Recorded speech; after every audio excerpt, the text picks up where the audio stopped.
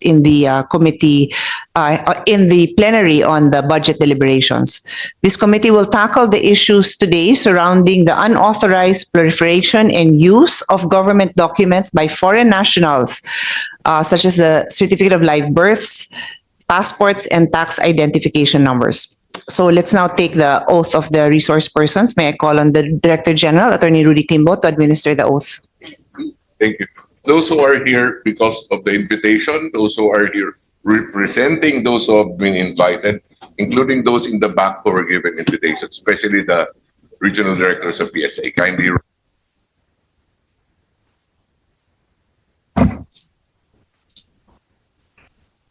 Raise your right hand. Do you swear or affirm to tell the truth, the whole truth, and nothing but the truth in this proceeding? Thank you. You may take your seats. Thank you. Just a few administrative matters. We'll conduct this hearing based on the flow that the chair deems necessary. So there will not be any reading of statements unless you're asked, because we already have, in a way, had almost like initial hearings on this, because as I said, these matters were brought up during the budget. So the questions, in the interest of time, the records of the budget hearing form part of the records here, so we don't have to repeat everything. And then in all the hearings that this representation conducts, I am very liberal about mobility breaks, because I feel it is an integral part of your health, in the same way na we will serve lunch when it's lunch break. I also require that you take care of your own health. You drink water, and if you drink water, you will have to go to the bathroom. So feel free to excuse yourself. You don't even have to ask my permission. Just kindly mention to the secretary that you're stepping out. If you also want to stand up to stretch your legs, because these hearings can go on for 4 hours, you're welcome to do so. You don't have to ask for my permission. But that's me. I don't suggest you do it with other chairs unless they say that you can do it, because I want you to have healthy bodies so that your mind can also respond in a healthy way. What else? I think that's it, no? And if you do have a statement to read, you can ask me, but be prepared that I probably will say no need, or I'll ask you to just read that part that is relevant to what I need to hear. Because as I said, I just want to keep this simple and as brief as possible, as everyone sitting here is a government official. So I thank you for your time. I thank your principals for the time they have given us to allow us to conduct this hearing. I'd like to acknowledge the presence of Senator Sherwin Gatchalian.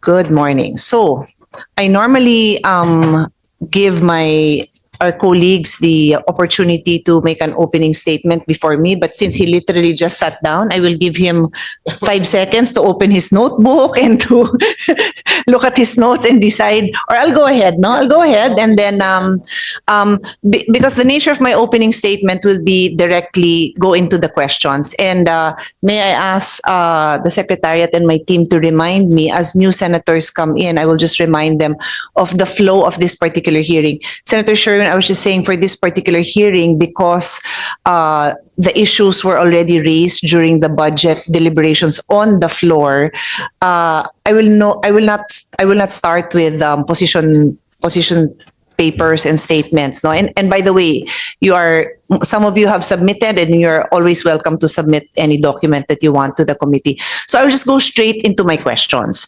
And when I only have one other senator with me, it's free-flowing. Pero pag more than one na, hindi na free-flowing dahil gumugulo na yon. Then I will ask that the key resource persons speak first before other senators ask question. But the first one here gets to ask questions along with me, because dalawa lang kami, and it can still be well moderated. All right, we'll start.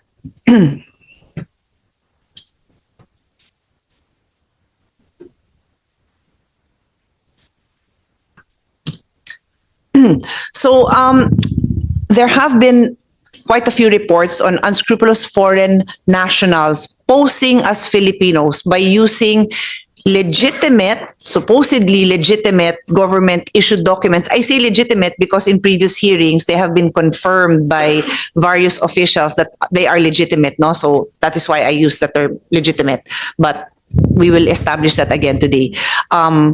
Posing as Filipinos using these said government issued documents, such as Philippine passports, which they fraudulently obtained using spurious documents and through other illegal means. So during the plenary budget deliberations on November 9, 2023, just a few months ago, Senator De La Rosa made an interpellation raising the interception by the Bureau of Immigration and NBI of foreign nationals with Philippine passports. He stated that more than a dozen Filipino passport holders were obviously not Filipino. So hindi sila Filipino and yet they carry Filipino passports. He raised the alarm as it involves national security. It does involve national security because that means foreigners can come in and out of our country as if they were Filipinos. They could be a threat to our safety. They could be citizens of countries that in one way or another are not friendly to us. So it is definitely a national security issue. Our Senate President, Miguel Zubiri, also manifested in the deliberation that he received reports that the NBI had an ongoing investigation on the activities of a local civil registrar in a town in Caraga, Mindanao. The LCR, the local civil register, was allegedly giving out birth certificates, and the NBI caught several Chinese nationals who do not even speak English, Tagalog, or Bisaya. So the Senate President referred the matter to the Blue Ribbon Committee. I'd like to give an example of a foreigner using a duly issued public passport. I take time to give, I rarely give a long opening statement, but I need to set the set the tone of this hearing so that the public can also understand, because we have millions of Filipinos who are OFWs, and as I will present, even their own safety in their own homes, their ability to be secure in their person, na hindi sila kapkapan, na hindi sila ma-detain in our own country and worse in other countries, is jeopardized by these cases. So let me give you now the example. This is a foreigner using a duly issued Philippine passport. Vietnamese national who, for the purposes of this hearing and pursuant to the Data Privacy Act, the photo has been somewhat blurred. Blurred na ba yan? Sa lagay na yan? Okay. And will also be called by the name of Nguyen. So this Vietnamese national was recently deported by the Bureau of Immigration after being discovered in possession of a fraudulently obtained Philippine passport. The Philippine passport bore a name alongside her photo, which was different when compared to her Vietnamese passport. The questioned document, however, was found to be genuine and duly issued by the DFA. May I just know quickly from both the Bureau of Immigration representative and DFA if you're both familiar with this case? Yes. So, well, it's the Philippine Statistic Authority representative who nodded. DFA and Immigration, are you familiar with this case? Yes? Yes, okay. I'll call on you later. So, DFA said yes. How about Immigration?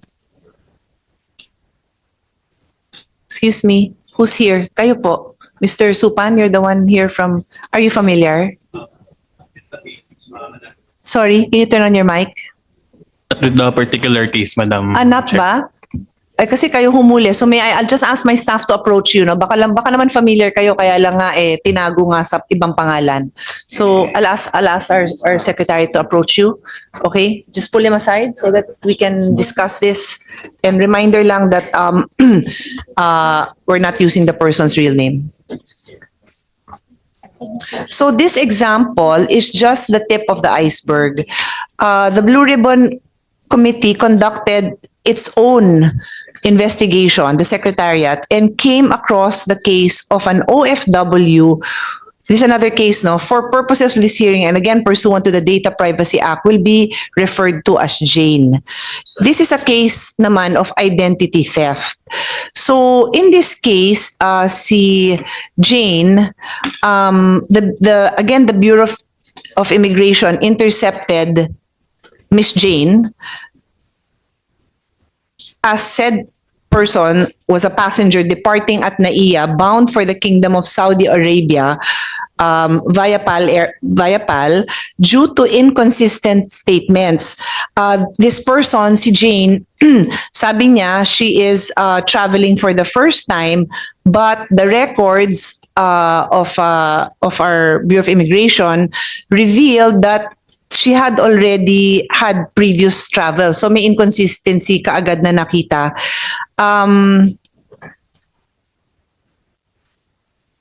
In fact, lumabas that that person had already departed twice as a land-based OFW in 2015 and 2019 and had not returned to the Philippines since then. But here was this person in front of the officer and yet twice na siya daw nakaalis at hindi pa nakabalik. So, tatlo na yung identity niya.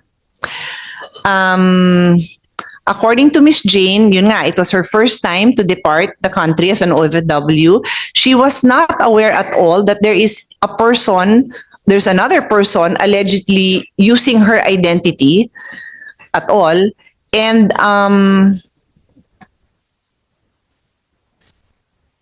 based on her birth certificate,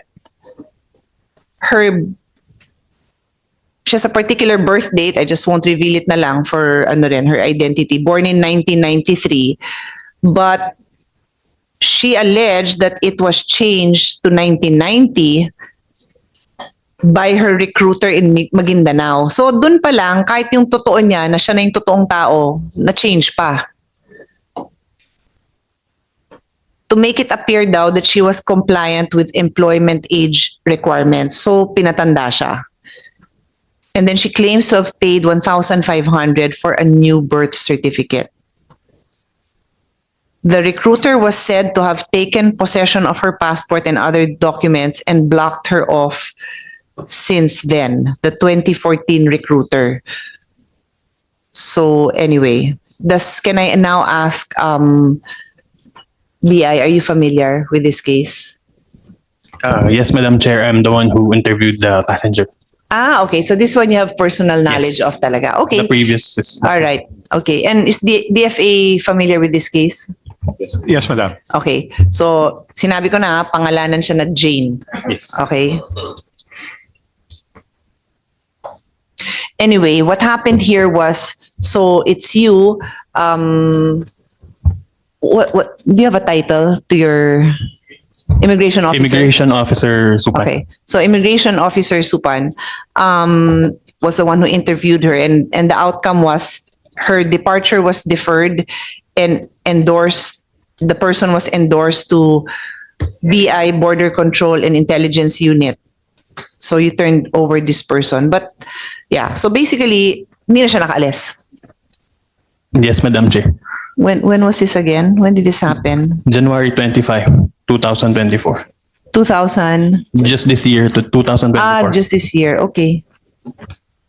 All right. So anyway, I'm establishing that as some examples of the issues that we are going to tackle. So yung isa is Filipino naman talaga, pero may gumamit ng identity niya, so it's identity theft. And then in the first case that I mentioned, appears to be a foreigner who now has found a way to obtain a Filipino passport. So those are two separate cases, but clearly involving these people having documents that are these people, or in the case of the second person, somebody else obtaining documents that are supposed to be genuine and reflective of one person only, and it's now already in the hands of two other people. And in the other case, hindi nga Filipino. So those are very troublesome issues. And later on, the questions we will ask is from the officers here from the provincial statistical office, no, pare-pareho kayo, and yeah, from the provincial statistical offices, paano nangyari to, and we also have reports na binebenta yon. So ang napakasakit is the question I'm about to raise: nabebenta na ba ang Philippine citizenship? At magkano para maging Filipino citizen? It's sad that I have to ask that question, but that is the effect of what we're seeing. Nabebenta ang Philippine citizenship. So, just to state for the record, it is the state's duty to protect and maintain the integrity and credibility of passports and travel documents. Grabe yung effect nito sa kahit sinong ordinary Philippine citizen, pero medyo mabigat ang loob ko, especially for our OFWs. Kahit sino naman na maharang, ma-delay sa atin pa lang sa immigration, syempre, hassle yon, hassle. Pero for an OFW who has spent all their savings, umutang na sa lahat ng kapitbahay, nagbayad sa recruiter para malaman na number one, hindi siya makaalis. Number two, may iba na palang inako yung pagkatao niya. And then yung buong future niya is at jeopardy. Kaya tinanong ko nga ano na nangyari dun sa taong yon. So sa ngayon, di pa siya nakaalis. So that's one of our major concerns because these Filipinos, our OFWs, are really relying on the sanctity and the integrity of our public documents. So I hope we can shed light on this and find solutions.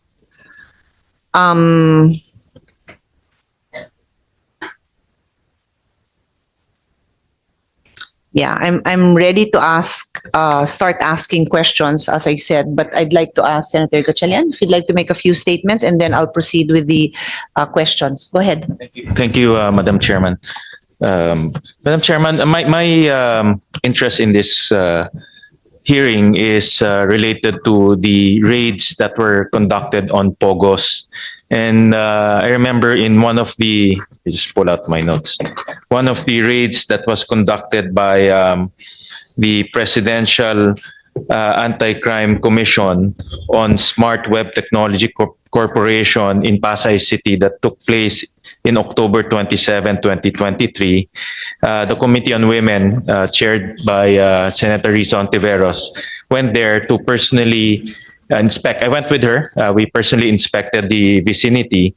And in that inspection, we were surprised to see legitimate, valid government IDs being held by POGO workers, particularly Chinese POGO workers in that facility. And let me just flash on the screen, Madam Chairperson, some of the IDs that were confiscated during that time. And these are valid, current government IDs. And I am made to aware that some of these government IDs require personal appearance in order for the different government agencies to issue the cards. But apparently, these cards were not issued to the person who applied for it, nor personal appearance were made to, nor personal appearance were required in the issuance of these IDs. So just to show on the screen some of the IDs, valid BIR tin cards that were issued, wala silang pictures, valid DOLE IDs and alien employment permit that were issued also to these POGO workers. And again, during the hearing, I was made aware that DOLE only issues these IDs to applicants who personally go to DOLE, but apparently these applicants never went there personally. Apparently, they contracted a third-party company to apply in their behalf. We also saw valid Bureau of Immigration IDs. We also saw samples of ACR-1 cards. We also saw PNP IDs issued by Pasay in particular. So all of these IDs, especially PNP, this is a very common ID that most people use in order to acquire legitimacy when they go around town, when they eat in restaurants, or when they transact with barangay. These IDs are most popularly shown to different people to gain legitimacy. And lastly, we also saw bundles of PhilHealth IDs issued also to the same POGO workers. Sorry, the first let us go back to the PNP. This is PNP Police Clearance ID, issued by the PNP. And we all know when you go around and apply for different applications, you show your PNP Police Clearance, especially for employment. I think this is one of the requirements to gain employment. So, Madam Chairperson, these are the IDs that legitimate government IDs that were issued to this POGO facility that was raided. And just to remind everyone, SmartWed was embroiled in prostitution. In fact, it's an illegal POGO that housed prostitution. Meron silang sariling KTV. Meron silang sariling massage parlor. They even have their own torture and sex den in that area. All of those people operating that facility held legitimate government IDs, making them legitimate people operating legitimate activities in Pasay City. So I would like to also, through this committee, I would like to also be enlightened on how these criminals managed to get legitimate IDs of government. If it was disclosed to us that personal appearance is a very strict requirement, how come these individuals managed to get legitimate IDs from various government agencies? So thank you, Madam Chair, for this hearing. And throughout this hearing, I will just propound my questions to the different government agencies. Maraming salamat po. Just to make sure that we get the answers that Senator Gatchalian requires, what we want clarity on from each of the government agencies involved, which we'll do in proper order in a while, is an explanation of their procedure so that we can compare kung nasunod ang procedure, and that one important component is personal appearance, right? And then the second is precisely to determine if all the procedures were followed. Like, for example, yung sa TIN, or for that matter, PhilHealth, na comply ba lahat ng requirement bago mabigay yung ID na yon, yung clearance na yon. So be prepared, lahat ng agencies na ito. I'll get to you as we go along. But the first agency that I will call now is Philippine Statistics Authority. We'll focus on per agency, and then we'll go to another agency. If the input of another agency is required, we'll call on you. If you have something to add while that particular agency is being questioned, just raise your hand. If it's relevant, we'll call you. So I'll proceed now with the Philippine Statistics Authority.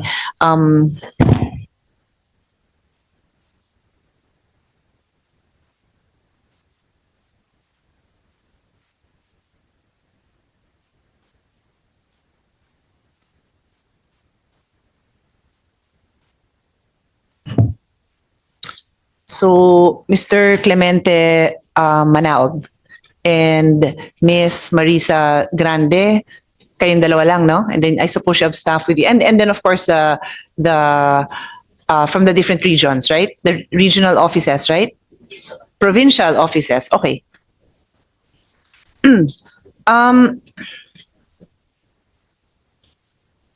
So to be clear, ang function, no, normally I ask the question, but let's make it simple. So the mandate of the Philippine Statistics Authority is to carry out, enforce, and administer civil registration functions. and the books making up the civil register and all documents relating thereto shall be considered public documents and be prima facie evidence of the truth of the facts therein contained. So, sa madaling salita, yung civil registry functions nyo includes the issuance of birth certificates, right? Correct, madam. Correct. Yes, ma'am. And once these birth certificates are issued, they are considered public documents.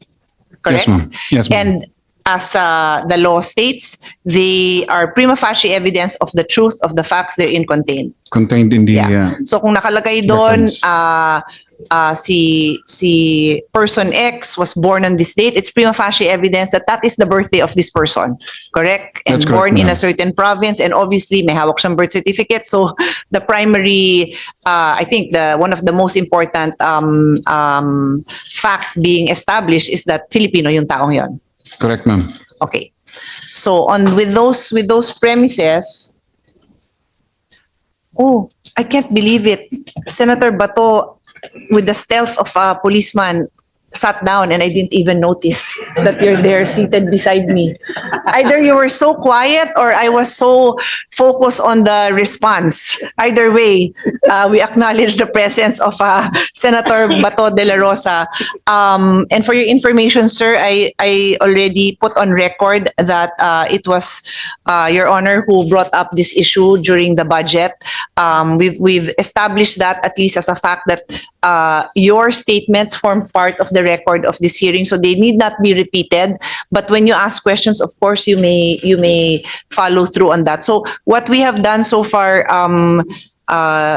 Senator De La Rosa, is we gave examples of the issues that we have to address, and then we are going per agency. So Philippine Statistics Authority muna. Wala na silang position paper. I just go straight to my questions, and then I'll open it to the two of you, and then we'll go per agency. Thank you. So, going back to what I was saying. Okay, so we've established that these birth certificates are of public record, and it's prima facie evidence of the facts that are contained therein. So, based on our own research on the PSA website, there are a total of 1,455,000 live births in 2022. No, that's the latest statistics we have, and also based on the PSA website, more than 90% of these births, tama ba tong intindi ko sa facts? More than 90% were registered on time of the births. Tama ba? Tama ba yung intindi ko sa facts? So if there are 1.4 million births, more than 90% were registered on time. So there's 10% na delayed registration of birth. So yung mga babies. Tama ba yung intindi ko sa facts? Is that accurate? That would be about correct. Okay. madam. So what I don't have is how many late registrations per year do you have na hindi baby? And let's just go straight, na adults. How many cases of late registrations for adults do you have on average in a year?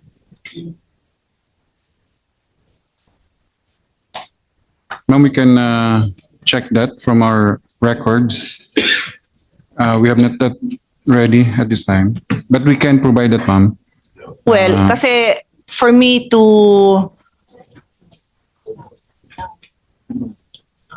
We will check, ma'am. elicit the information I need, you need to tell me, are there 5 cases? Are there 50? Are there 500 cases? Are there 5,000 cases of adult registration? Because just an average, any idea?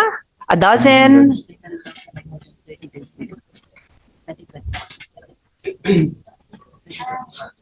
Ma'am, in 2021, yung late registration that are beyond 30 days, almost 900,000. 900,000. But how many here are infants or children? We will get that number. Okay, see, because the reason I ask is if I will assume that of the 900,000, 99% are infants or children, then that would mean only 1% are adults. And again, it's a guess because you're not giving me anything. So if 1% yung guess, then that is 9,000. But I don't know. It could be 0.1. It could be, I don't know. So should I ask now the provincial officers, ilan ang nagpapa-late registration sa inyo? Like sa isang taon, ilan ang late registration na bata, ilan ang matanda? Kasi yan ang topic natin, di ba? Kasi gusto ko malaman and then I will ask the ex-policeman beside me, how difficult is it if you tell me all over the country and how many provincial offices do we have? If you have 10 adults, hindi naman siguro ganun kahirap imbestigahan yung 10 adults na yon. If you have 100, humihirap siguro ng konti. If you have 10,000, di medyo mahirap. So you have to give me that number. Yeah. Yung registration. We'll just retrieve the data, ma'am. We will get it Kailan from kaya? internet. Yung internet, di sinisin natin si DICT. Can you call your office? Yes, yes. Are there offices you can call? Kayong mga provincial offices. Is there somebody you can call? Tell me the date. Tell me from last year. Tell me from this year. 1 month na lang, January. Ilan ang adult na nag-register sa inyo? How many adults? Pwede bang tawagan yung staff nyo?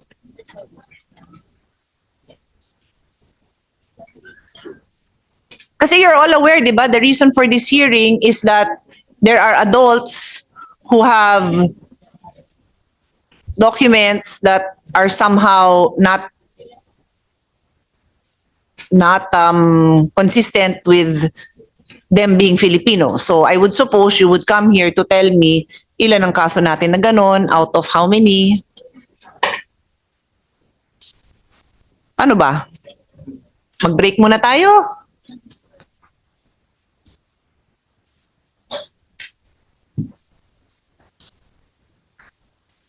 Sige, dalawa naman kayo, while Miss Marisa is on the phone, Mr. Clemente, Good. how many of these cases are you aware of? Of the two presented, Or of many others? we are aware of 7 cases. 7. Referred to us. What are 7 these cases? Can you briefly tell us what, I don't need the names, but ano yung scenario? That's not an excuse on Yes, what sir. I'm asking for. Of the 7 referred to us, Madam Chair, PSA has conducted investigation on the 7 and Iwanagin natin, what are we talking about? Are we talking about identity theft? Are we talking about foreign nationals that appear to have a Yes. Filipino birth certificate? What are you talking about? these are 4 nationals referred to us that of the 7, 6 are falsified birth certificate based on our Okay, investigation. from what provinces? Are they from any These- of the from these provinces? provinces. So sila mismo yon. Okay. So so your findings are That 6 of them are falsified, meaning the contents in the documents submitted to the DFA for issuance of passport, these are falsified. Yes. But the content is falsified, but the document was issued as a public document. And the documents are in our database. These are Hindi. submitted My to our question is, yung taong yon may hawak siyang Filipino birth certificate. Correct, ma'am. Correct. And so, to the eyes of the public, binasa ko nga yung sabi ng batas natin, it's prima facie evidence na itong hawak na birth certificate ay totoo. Yes. At nakalagay doon na si Mr. X o si Miss X ay Pilipino. Tama, so far. Yes, madam. Okay, so upon investigation, nung na-report sa inyo, sabi mo, 6 of these appear na yung sinulat nila doon na sino yung magulang nila o kung Yes. saan sila pinanak o ano man, may falsified doon. But ma'am. the fact remains na issue yon. So, Yes, ma'am. so until you started investigating and until you withdraw that, it is a public document that people will rely on as truth. Correct, ma'am. Correct. So, What do you need to tell me now kung paano nangyari yon? Do you want to refer to them or are you prepared to give me your conclusions? Ma'am, we have prepared a summary report on the 6 cases referred to us. We can submit this to the committee for Di siguro you can give us a summary, like give me one case and tell me paano nga nangyari yon? Saan nangyari? O sige, let's use example itong katabi mo sa Bulacan. ayan. O ano nangyari? The one in Bulacan. Do we mention the names, ma'am? Do we not? What do we do? No. So no names. Let's follow the set. No name. Just call him X. Okay. This So it's him. Puro him yan, di ba? this is registered in Maykawayan City, Bulacan. The findings was that this is a falsified certificate of live birth. The document contains false and fictitious information, and the registry number used belongs to another person. This There. Ano yun? What do you call it? The what Registry number. The what? registry number, ma'am. The registry number. The registry number belongs to a another different person. person, So yes. meaning to say, now, there's another person. When you say the registry number, is this a digital Yes, ma'am. code? This is a sequential number assigned to birth certificates when they are registered. Okay, so when you look that up now in your database, possible na may dalawang lalabas. Kasi sabi mo, it belongs to someone else already, right? Okay. That's what you just said, right? Okay. Ano sabi, the registry number has already been... Ano yung pagkasabi niya? What was the phrase that you used? The registry number has... What was it? What did you say? The registry number refers to another person. Refers to another person. So kaya nga, so right now in your database, there will be that registry number in the name of another person and the name of person X. So there's more than one person now with that. So kung may kasalanan si another person, damay si X and vice versa. Kung may kasalanan si X, kung fugitive pala siya, kung mafia pala siya ng ibang bansa, o kung ano man, itong other person natin, kawawa. Am I correct? I just want to establish that fact. Am I correct? So in other words, let's use a very simple day-to-day occurrence in the life of a Filipino. Okay. Balak ngayon ni another person magpakasal. Ay, kasal na pala yan. So sa ibang, syempre, dikit-dikit naman yan, di ba? From birth to marriage to death, right? Hindi na ngayon siya makapagpakasal kasi lalabas nun, ay, kasal na. So iwan na ngayon siya ng asawa, ng girlfriend niya, ng fiancé niya dahil may asawa na pala siyang iba. Tama ba? No, I just, because I want the average Filipino to understand this problem. Yes, ma'am. Ma'am, may I refer to ANS Maris for the details Diba on this simply case? as a yes or no muna yung sagot ko, yung tanong ko? Am I correct that if they look up information that refers to facts in a basic public document in the civil registry, because the registration number is now available to two persons, possible yon na yung status nung isa, affected ngayon yung isa. Because Indeed. there should only be, let me ask a prefatory question. There should only be one registration number per person, correct? Correct, ma'am. So there is a problem that there is now two people who have that registration number. In this case, ma'am, no. Kasi in-assume na lang nila. Okay, The register number was used by that person. correct. But until you started investigating, that document of Mr. X contains the registration number that you found out is already assigned to somebody else, correct? So right now, in the world, there are two different birth certificates with the same registration number. Prior to your investigation, whatever you did to that document. Di ba yes? Di ba ganun No, kasimple ma'am. yun? Sorry. Yes. Do you want to answer, Miss Marisa? Po, ma'am. Apologies. Yung case po niya is in-assume niya in filing the passport, yung birth certificate, ginamit niya yung registry number that belongs to the other person. Yes. But it doesn't mean naman na link na yung identity of that person kasi meron siyang legit na birth certificate yung registry number na yon. Sino yung may legit? The other person. The other person, ma'am. Yes, but- there's a delayed registration case naman po siya. Pero ano ba yung purpose ng registration number? 'Di ba it's for your files na pag hinanap mo yung registration number na yon, pag hinanap mo yung registration number, kunyari passport, DFA, can I just use you as an example? If you punch in my passport number, my name should appear, right? So if there's two people na pala, somebody had another document na ginamit niya yung passport number ko, edi yung system mo magkakagulo kasi baka minsan pangalan ko lalabas, pangalan niya o dalawa kami. Tama ba? Ganun lang naman kasimple yung tanong ko eh. DFA, yes? Yusek?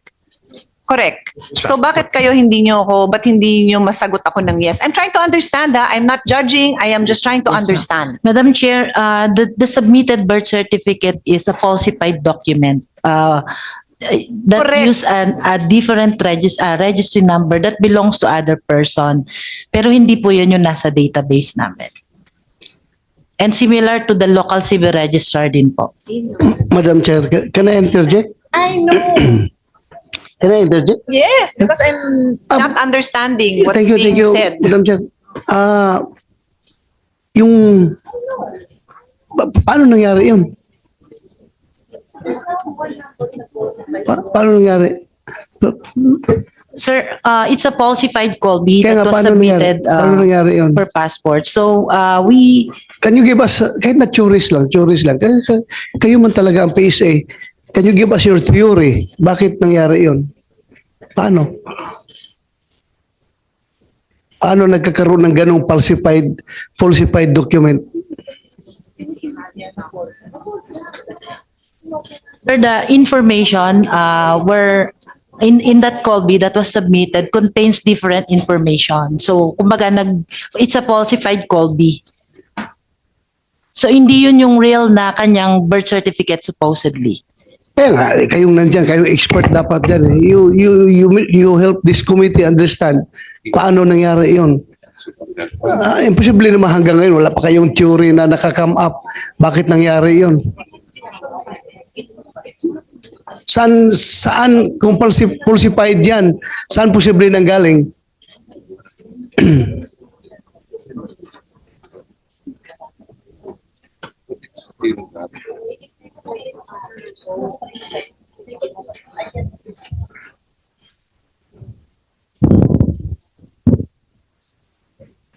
Wala, hindi niyo pinag-aralan yun? Hindi niyo pinag-aralan kung yung kaso na yun? Bakit merong falsified na document na ganon? At least for now, if you are interested on that issue, you should have come up with some theories kung saan ito nang galing, bakit nagkaganito, bakit tayo nalusutan. Mga ganun lang kasimpleng you don't need to scan your records or what. Pareho naman tayo may sariling utak eh. Isipin niyo ano ba talaga? Bakit nagkaganon? At least for now, mayroon na kayong naisip na posibleng dahilan. Bakit nangyari yon?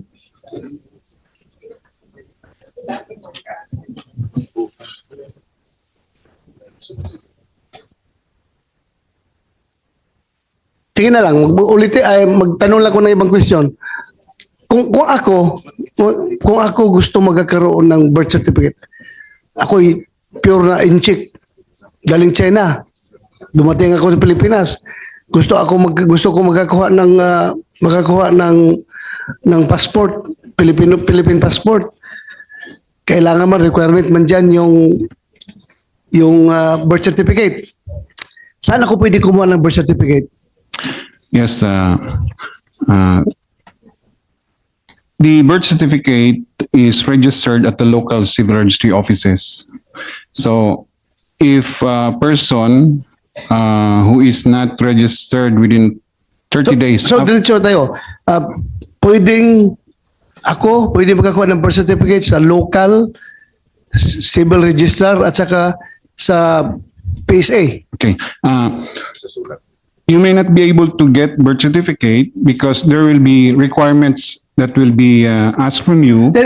Tanong muna, establish muna natin, ang pwedeng sources ng birth certificate is yung local at saka kayo. Yes, sir. PSA, that's right. Ah. Correct yan? Correct.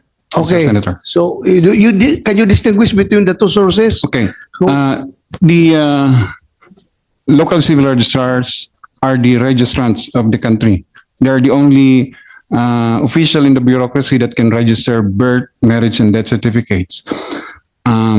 This is under 7160 Local Government Code. Now, under the law, the Philippine Statistics Authority is the repository of all these birth certificates, marriage death certificates registered by local civil registrar and submitted to us by operations of law. So the sources of birth certificates of these documents could be the local and us as repository of civil registry documents. Correct. So, so far, itong mga cases na uncover natin, may yung unang niris ko sa committee ni Senator Pia Cayetano nung sa budget hearing, lumalabas na mayroong local civil registry na kinunan ito. Yes, yes, Your Honor. So, kalaro natin, as far as your agency is concerned, pwede ba ako makakuha dyan ng ganun na lang kadali na No. ako, Chinese ako. Papunta ako sa PSA. Magbigay ko ng pera sa'yo. Bigyan kita ng pera. Bigyan mo nga ako ng kuhan dyan, ng birth certificate. That would be Pwede mangyari yan? that will not be a possibility, Your Honor, because Impossible. because Kung PSA, pupunta ako sa local civil registrar, that's what we're may pera ako. So, magbigay ko doon, makakaproduce ako. Your Honor, we're investigating that. Kaya nga, the local, churi lang. Pwede. Because sa digitalization, sa records keeping, sa lahat-lahat, kailangan ma-distinguish natin. Pwede, no? Pupunta ko, mayroong corrupt doon na local civil registrar. Bagsakan ko ng pera, bigyan mo ako ng birth certificate. Pwede. that's a possibility, Your Honor. Possibility. Sa inyo, sa PSA, magdala ko ng isang malitang pera, bigyan kita ng pera. Bigyan mo ako ng birth certificate. Pwede? That would be impossible, Your Honor. Impossible. Why? Because we do not register civil registry document. We rely on the submissions of civil registrars. So wala tayong nakikitang gap as far as PSA is As far as concerned. PSA is concerned, Walang as gaps. repository, no. It's not possible that you can register directly to PSA because Okay. we are not local civil registrars. Okay. Yung pagmaniobra ba, diskarte sa mga tao nyo sa loob, baka kaya yan through ganon-ganon. Basta may pera ako. Hindi talaga kaya? Hindi, sir. I-manufacture, hindi kaya? Impossible, sir. Impossible? The process of submission of documents passes through from the local civil registrar to the provincial office. It's encoded there before it's transmitted, both the data and the physical document. Mahirap, when you say mahirap because of your system. Yes, sir. We have, Mahirap talaga, ha? correct, sir. Thank you, thank you. Thank you, Madam Chair. Thank you. I'll follow up where you left off. So you're insisting that as far as the PSA is concerned, hindi pwedeng pumunta sa inyo, wala silang pwedeng bayaran para mag-produce ng document because that document, the birth certificate in particular, is produced actually in the civil registry. Correct. That's what you're saying, which I don't think you said as clearly as I said it. Pero that's Okay, That's what I pero like to yun say. yun. So sa civil registry. So ang sinasabi mo is, hindi sa amin pwede mangyari, pero baka sa civil registry. Correct? correct, ma'am. Oh, sige. So doon tayo sa civil registry. But before that, I'll keep it simple. Civil registry, who is the ultimate boss in the civil registry? Who does a local civil, who does the, ano ba tawag sa kanya? Who does the local civil registrar report to? To the local chief executives. O, di ba? Kada mayors, city, the kada mayors. municipality. O, that's why sinasabi mo ngayon, hindi ako. Sa kanila yon. Because the process of registration is at the local civil registry. Correct. Pero, sino ang may technical supervision sa kanila? Is it the mayor and the governor or is it you? On the technical, meaning on how they should register, what Yes. form should be used, it's the PSA. Correct. So kung magka-problema, sino din mag-iisip ng solusyon? Both is it- PSA and the local You think? chief executive. Ewan ko lang ha, ito naging mayor. You think ikaw makakahanap ng technical solution doon o kayo siguro tapos in coordination with them? Okay, I will give an example. So ito na nga, 'di ba Bulacan?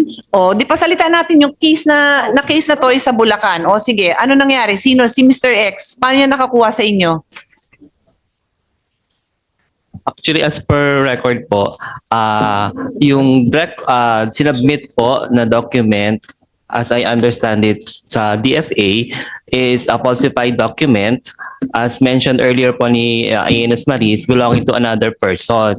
And then yung details of the Just to be clear, no? When you say it's falsified, what I thought I heard him say is false yung content. But my understanding was that document, and I asked, was that document issued by local. either the civil local register, civil the local. So it was issued by the local, correct? Na-register ba natin? yung registry number ay teka lang po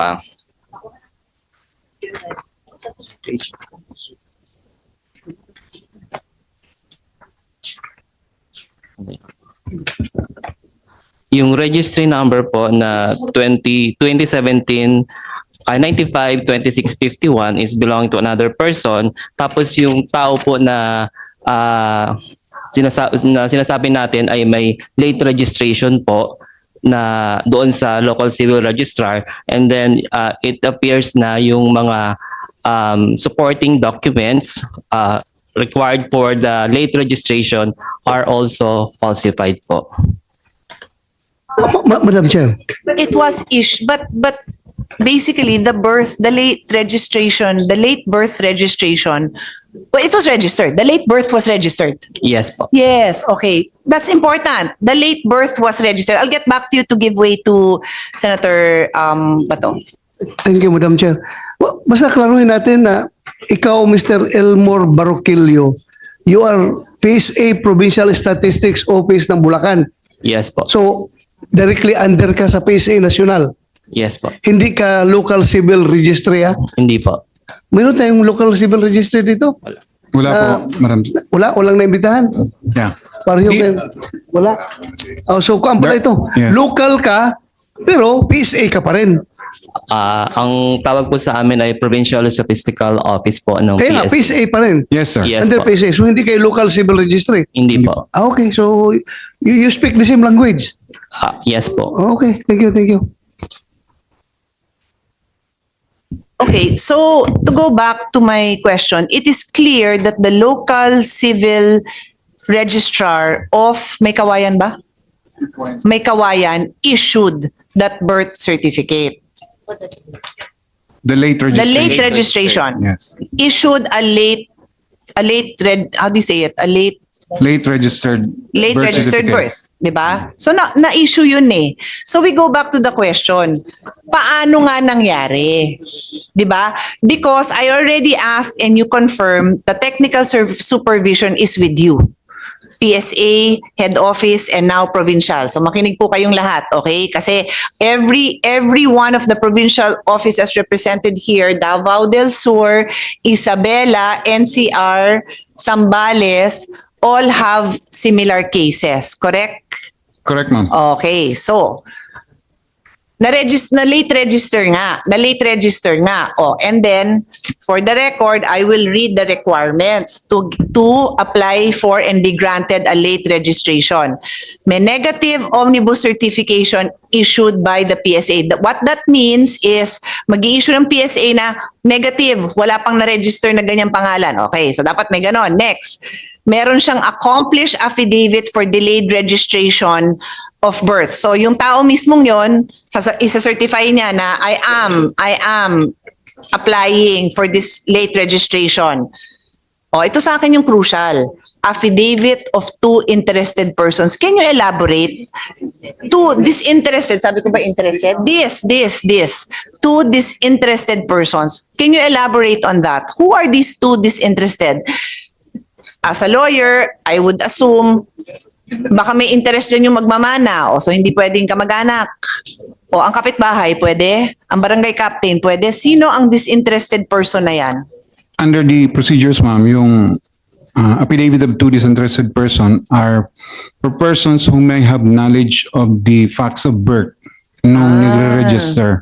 Wow. So it's Okay. not just anybody na But facts of birth. yes. Okay. So in this case, and in all of your cases, be ready to answer. Anong klase, ano muna, hypothetical. So, kayo mag-explain, sino yun? Sino yung disinterested person na yun na magsasabing ganon? Who normally do you, that's why I was asking you, di ba, how many late registrations do you have as adults? Kasi I'm trying to test your credibility in explaining to me what are the type of documents you receive. O ano? Sino? Ano sila? normally it Sino yun? should be older than the person being Like, registered pwedeng a few years older lang? What? who may have knowledge because knowledge Di kaya nga. So, kunyari, I am 4.5 years older than Alan, although mukha siyang mas matanda, di ba? Under oath kayo, so bahala kayo sumagot. I'm 4.5 years older. I can attest. At 4.5, kaya kong maalala na buntis yung mami ko, nanganak siya. So, pwede ako that mag-attest would be- in case. That's why I'm asking. hindi yata yun ma'am pwede. Ay, Because hindi knowledge, pwedeng yata. At your level, hindi na tayo yata. it will na not be tayo. possible. O, ma'am. sino dapat? Should be Nanay knowledgeable namin. enough. Nanay to- namin, tita. Tita could be. So maybe at pwede. 12 years older, I mean, what's the rule? Hindi what's the minor rule? ma'am. Not necessarily. Not dapat hindi a minor at the time of birth. Correct. So itong taong pinag-uusapan natin, lahatin na natin, ilang taon yung mga yan nung nag-apply sila? Bulat-latin yung record natin, isang kaso lang naman yun eh. 37, 27, how old are those persons we are investigating? How old are they? 24 sa inyo. 25. Oh, so that means yung disinterested person, may record po kayo, Mr. Lebria? May, so 24, so dapat 36 years old yung nag-testify, yung disinterested person. 37. As to the attachment of the late registration applied by the certain person Yes. in my area, Madam Chair, I have not seen the attachment itself because Okay. So you haven't seen it. Okay. So are you now saying that sa level ninyo, that's why again, I go back, ilan bang late registrations na yan? And then you now have 7 cases. So you haven't seen it. So how did you investigate? That's a crucial requirement, di ba? We asked them to conduct ocular inspection at the local civil registrar's So they each offices. conducted, Yes, ma'am. okay. And to look into the requirements that O kaya were. nga, iniisa-isa ko Yeah. nga yung requirements eh. Mm-mm. Kasi yun ang importante. Ang next kasi na requirement is certification that indigent. Di naman siguro applicable. It's not an issue. That's just siguro to excuse them from payment, right? That's Correct? one, So I don't know why it's listed as that. It should be a separate condition because not everybody applying is an indigent. So I don't know why I want it's... to cover those applicants who will not be required to pay Yeah, late I registration know, fee. but it's listed as if it's a requirement for everyone. That is how it appears in your list. I'm just correcting. Maybe Madam Chair, looking at we have a project called Birth Registration Assistance Project. This is to address those marginalized sector of our Baka society. this is the requirement. That's a requirement Sige, because patingin it's na lang nung sa yes, inyo. Anyway, yes, that's on the side. Maybe just The clarifying next the is number. any proof of identity like barangay certification, driver's license, among others, if applicable. That's why nga, bumalik ako na me as a lawyer, the most important here is the two disinterested persons, right? Kasi yun yung magpapatunay. Kasi yung last, yung proof of other driver's license, it begs the question. Kasi normally, para makuha mo yung driver's license, nagbigay ka din ng birth certificate, di ba? So medyo, for me, am I correct? I can be wrong that the affidavit of two disinterested persons are the most important. So, no? Mahalaga ma'am yung documents that will show the data that will be registered. The name of the child, birthplace, birth date, and the name of parents. So, yung documents na nire-require natin doon should be able to supply those data, at least yung Okay. name, Yes. birthday, and birthplace. Yung parents can be established kung meron siyang baptismal certificate. Yung disinterested person, these are additional supporting document that we require para lang ma-establish natin that there are other people knowledgeable of the facts of the event being registered. Pero Kasi kung I just assume kasi these are late registrations, so they're adults. So the chance of the parents being around is maybe 50-50. That's why in my mind, in my legal mind, the disinterested persons are very important. Not to say that, yun nga, if the parents are alive, then of course. And then if you can verify the record also of the parents in the register, di ba? that is why pag older na masyado, meron tayong Yun nga cut-off yung na. kaso natin, older na nga eh. Pag may cut-off, halimbawa, pag 60 years old, mahirap na mag-require ng Correct. But we're talking about, that's why I asked the age, 24. Ano yung iba? Pakisagot po. Ano yung age nung yung mga inimbestigahan nyo? Just blurt out the age, please. Use the mic, please. For Quezon City, it's 51 and 40. years and 40, dalawa. Yes. Okay. Sambales? For Zambales, different case, it's an identity theft. Okay, so different case. Okay. Isabela, Mr. Emperador? Madam Chair, 42 years. 42. And then, yung sa Davao, kayo yung 24 years old. Yung sa Bulacan, Mr. 22 Baroquillo? po at the time of registration po. Okay, so kayo 20s, ito 40s, di ba? So medyo relevant yung disinterested person, right? Kasi fact of birth. So anyway, so mabalik tayo sa process. So what does your investigation show? Yun din naman yung question ni Senator Bato, yun din ang question ko. What did your investigation show? Na papaano nangyari? Kasi I will repeat, they are legitimate documents issued by PSA. So by PSA, by the civil registrar. So saan nakalusot? Maybe po. It is in the summary of our investigation of the 7 that were referred to PSA, only one legitimate birth certificate na gumamit ng identity nung isa. So Yun yung sa Zambales. Oh, ibang Yes. kaso yun. We'll Yes. talk about that later. Yes po, madam. And the rest, yung 6 po, all of the submitted birth certificates for the passport are all falsified colbies, meaning hindi po yun yung tamang kanilang record that is available in our database. And of these po, 5 have delayed registration cases filed with the local, so and with the PSA. So we have a copy of that. So, Madam Chair, ibig mong sabihin na yung papel na yun, when you say fraudulent, pwede nanggagaling sa recto? As to Manufacture lang? Sir, if I may, Ah. as to the security papers, we're currently investigating because the submitted colbies contain, some of them have blurred entries, so hindi namin ma-verify So, kung saan hindi nyo outlet. hindi pa na-establish na kung talaga ba ito issued by the local civil registrar na papel? Or No, these itong are papel all- ito manufactured galing sa Ano recto? sir, PSA, yung submitted PSA? document. Oo, but we are investigating if these are legitimate SECPA issued by the PSA. Sorry. So we have 3 established na serial numbers of this SECPA, of which meron na po kaming investigation, but the other one we are requesting from DFA for yung specific na serial number so we can identify which outlet was allotted to.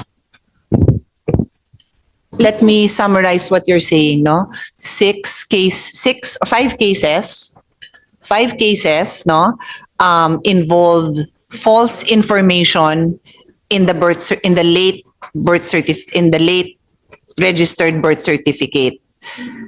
But you are still checking, or you have established that 3 of them came actually from the civil registry of some area. What is your statement on that?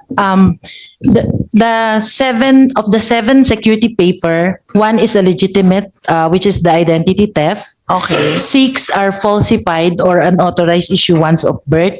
But these Okay, let's dissect that. You call it falsified, unauthorized issuance of birth. So, unauthorized issuance, meaning to say the civil registrar issued it beyond the scope of their authority? That's what it means? Anong legal meaning nung term na ginamit nyo? I'm sorry, ma'am. Falsified okay. call B and unauthorized issuance of CRDs. Yung unauthorized po is pertaining to the one identity theft, which means hindi po siya yung dapat na nakakuha ng birth certificate na yun. Yes, kasi And the rest sinantabi mo na yun, Nes. Binabalik mo pa, kaya ma'am. nakakalito.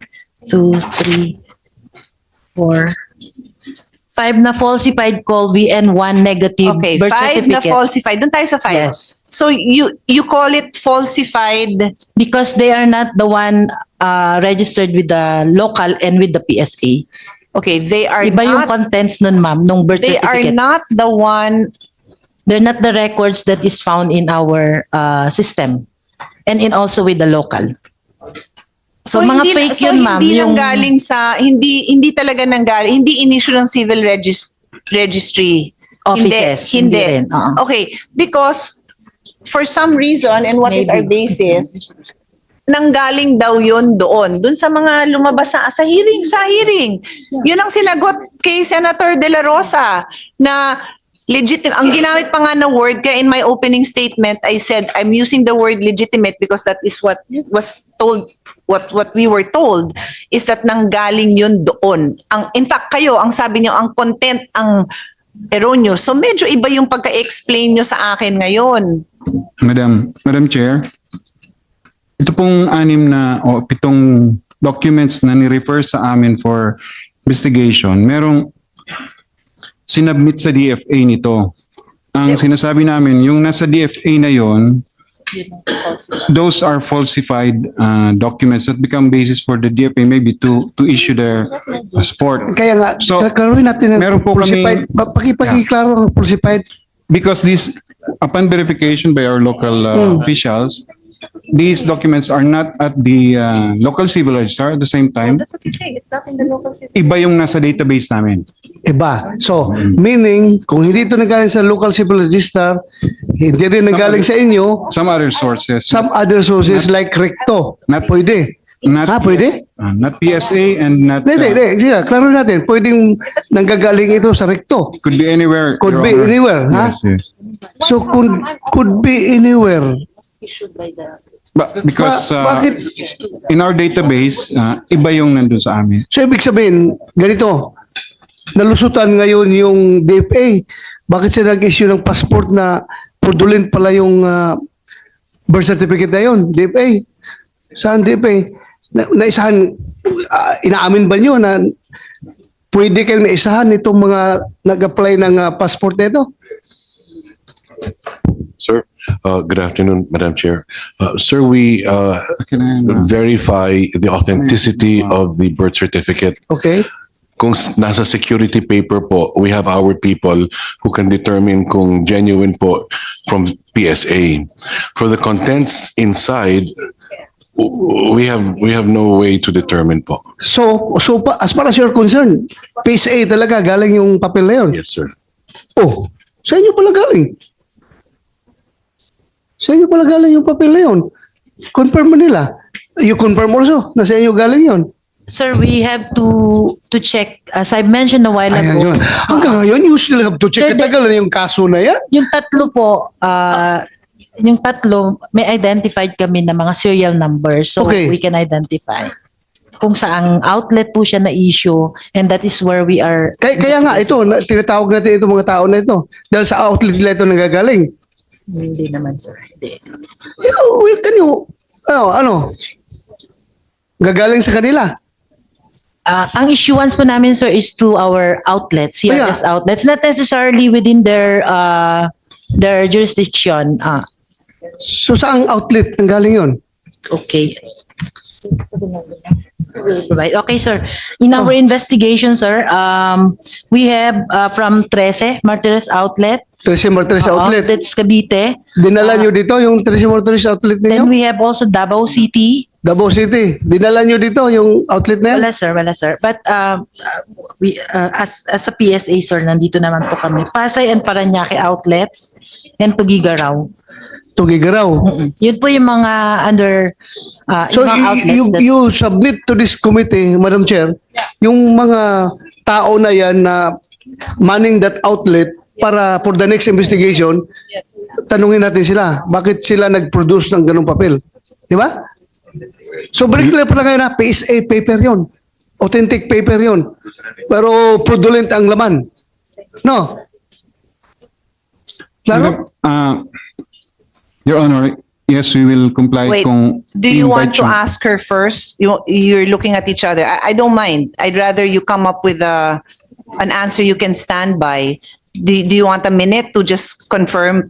Just so that we can move along efficiently. Or are you good to respond? Madam Chair, i-clarify lang ulit namin na Huwag kayong ma-intimidate dito. Yes. We are trying to solve a problem here, ha? Baka nagpawag kayo dyan. Hindi, ayaw yung tumingin sa mata ko eh. Parang, pag nagtatanong ako, ayaw yung tumingin sa mata ko. Don't be intimidated. We are solving a problem here. Even though he looks intimidating, don't be intimidated.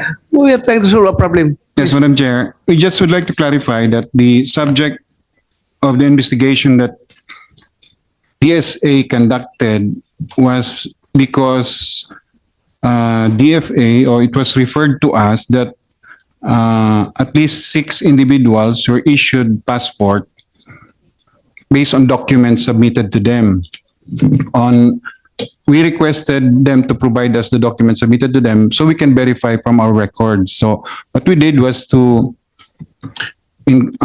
ask our provincial heads that covers the civil registrars or the municipality where the birth records originate to conduct ocular investigation para tingnan nila kung yun bang sinasabing sinubmit sa DFA ay indeed galing doon sa civil registrars and whether indeed they are within our database. So, of the documents na binerify natin, the investigation found that falsified yung mga submitted sa kanilang documents.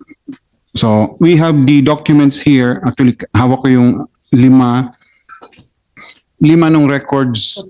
These are delayed registration of the supposed documents submitted to them. Ito ngayon ang pwede namin i-kumpara dun sa hawak ng o sinubmit sa DFA because ang na-provide lang naman sa amin ay Xerox copy of what was submitted to them, not the original insect pa as submitted.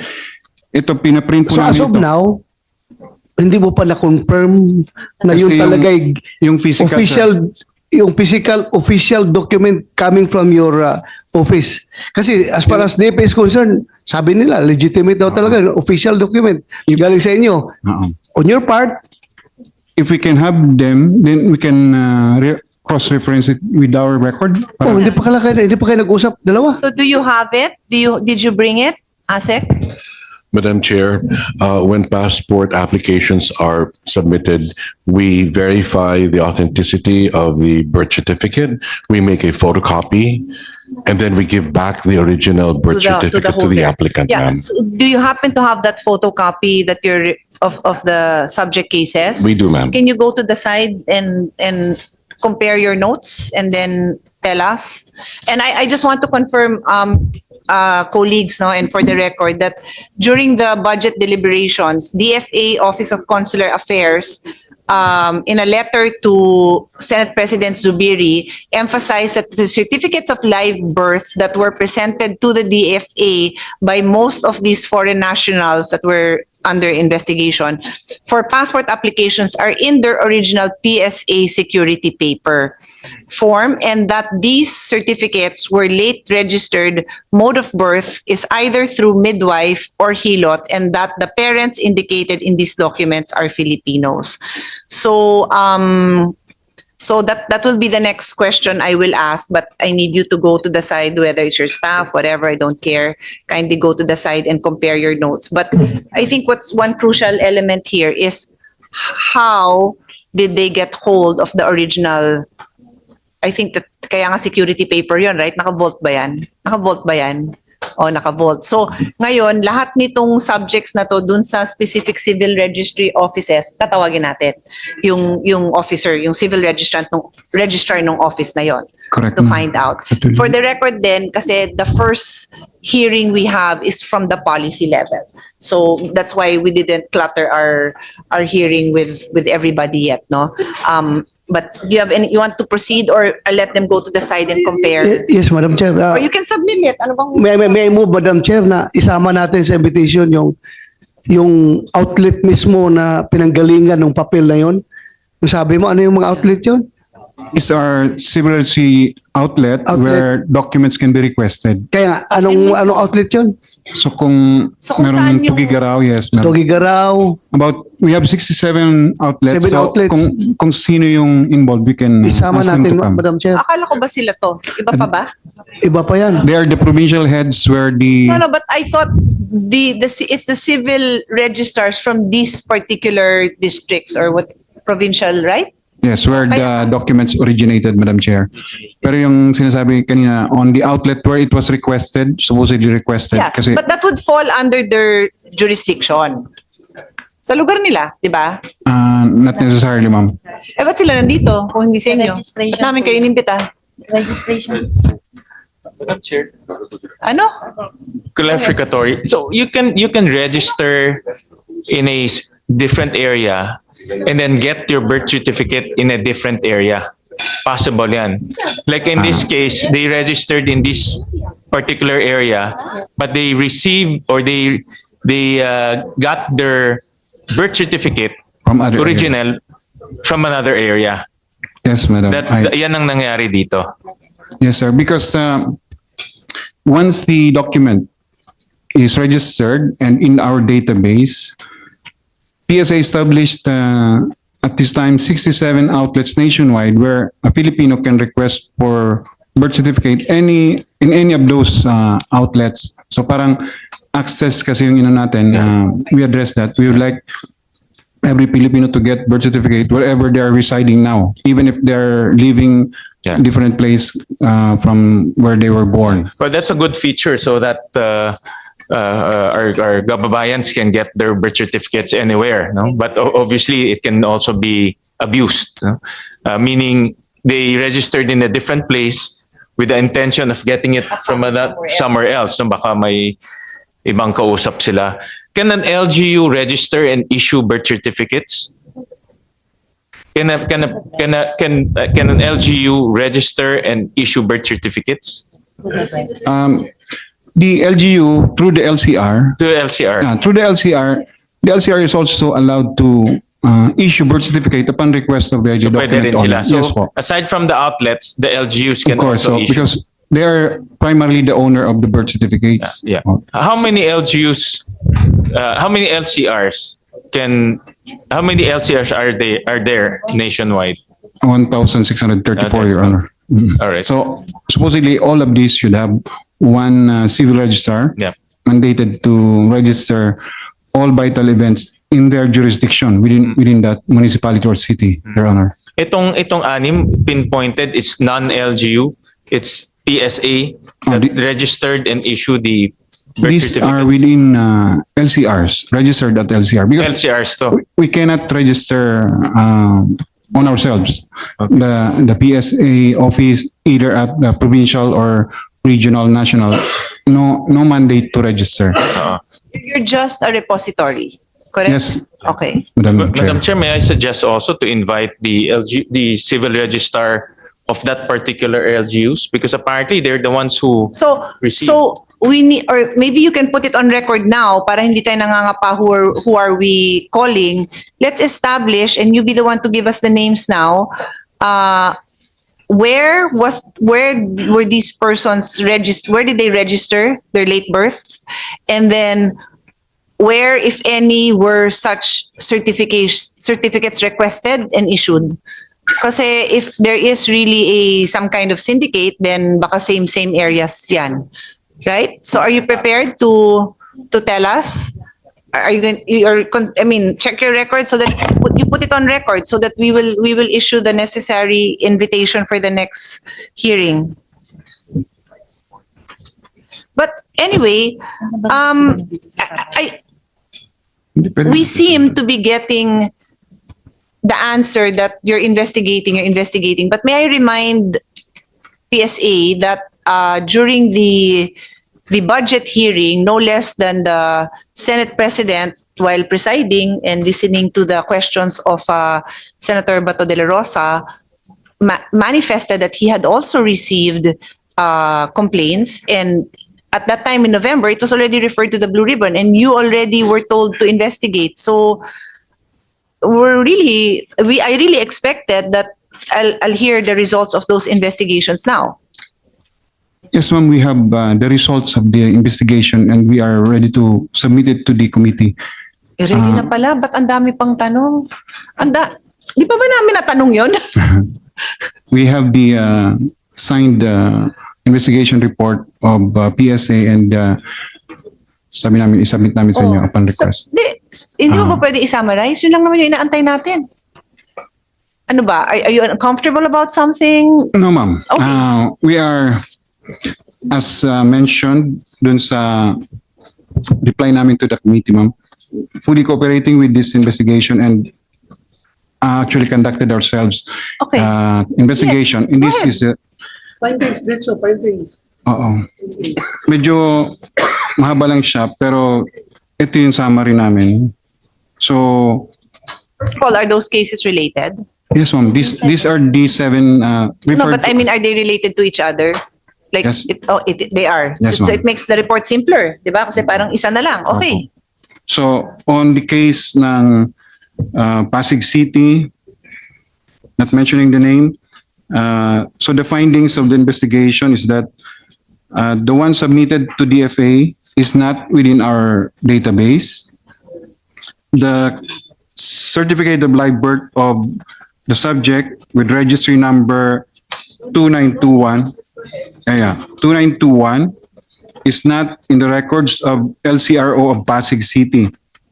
So nevertheless, the registrant birth was duly registered through delayed registration in the LCRO of Pasig City and was issued a certificate of live birth with registry number, different registry number. So the registry number is here.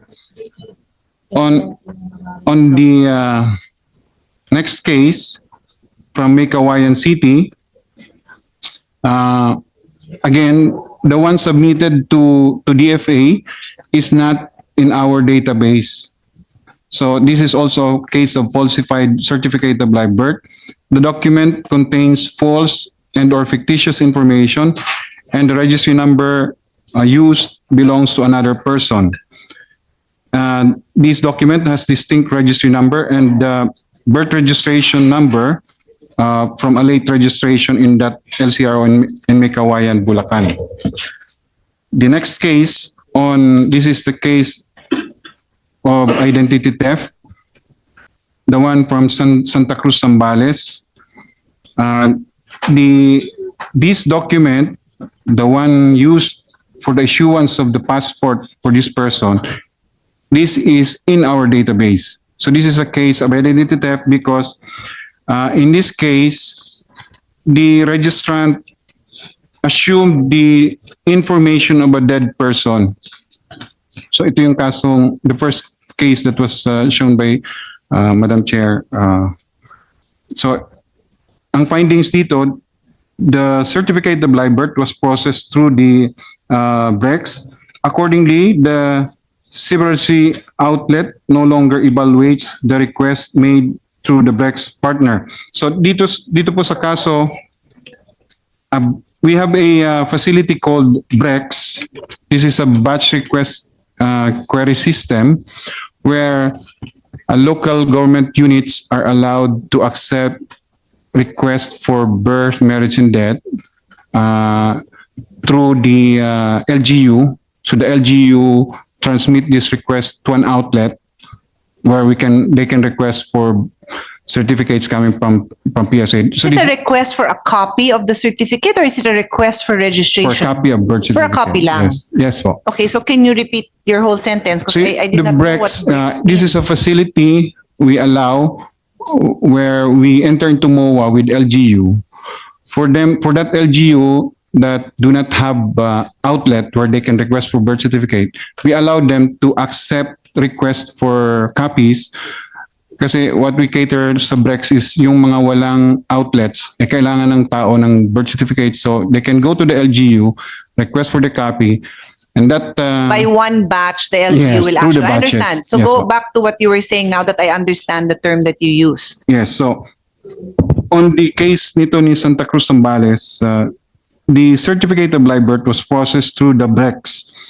So accordingly, the outlet, yung pong outlet, hindi siya mag-evaluate kung ano yung supporting document niyan when it was requested to them because yung BREX partner na, yung LGU na mismo mag-check nung requirements para mag-request ng copy. This is for request of copy lang. Now, ito pong case Madam ng... Chair, yung outlet, pakinggan mo muna ako. Yes, sir. Tingnan ka muna dito. Sorry, Yung Your Honor. outlet, yung capability niya, kaya ba niyang mag-alter sa records doon?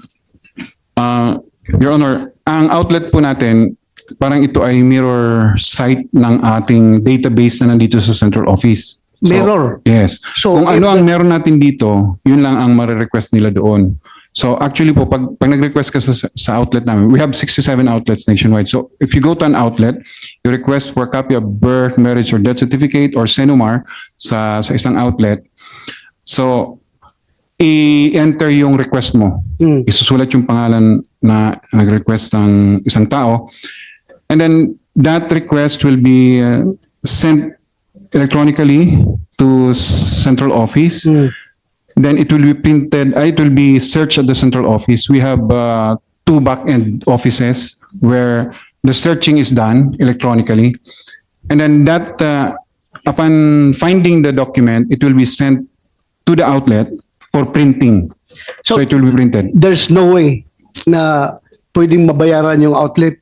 It will be impossible, Your Honor, because they do not have the copy of the documents being requested. These are electronically digitalized images of documents stored in our database here at the central office. So ang nag-control lahat, database sa Yes, central Your Honor. office. What if ako'y Chinese na magdala ko ng pera doon sa outlet?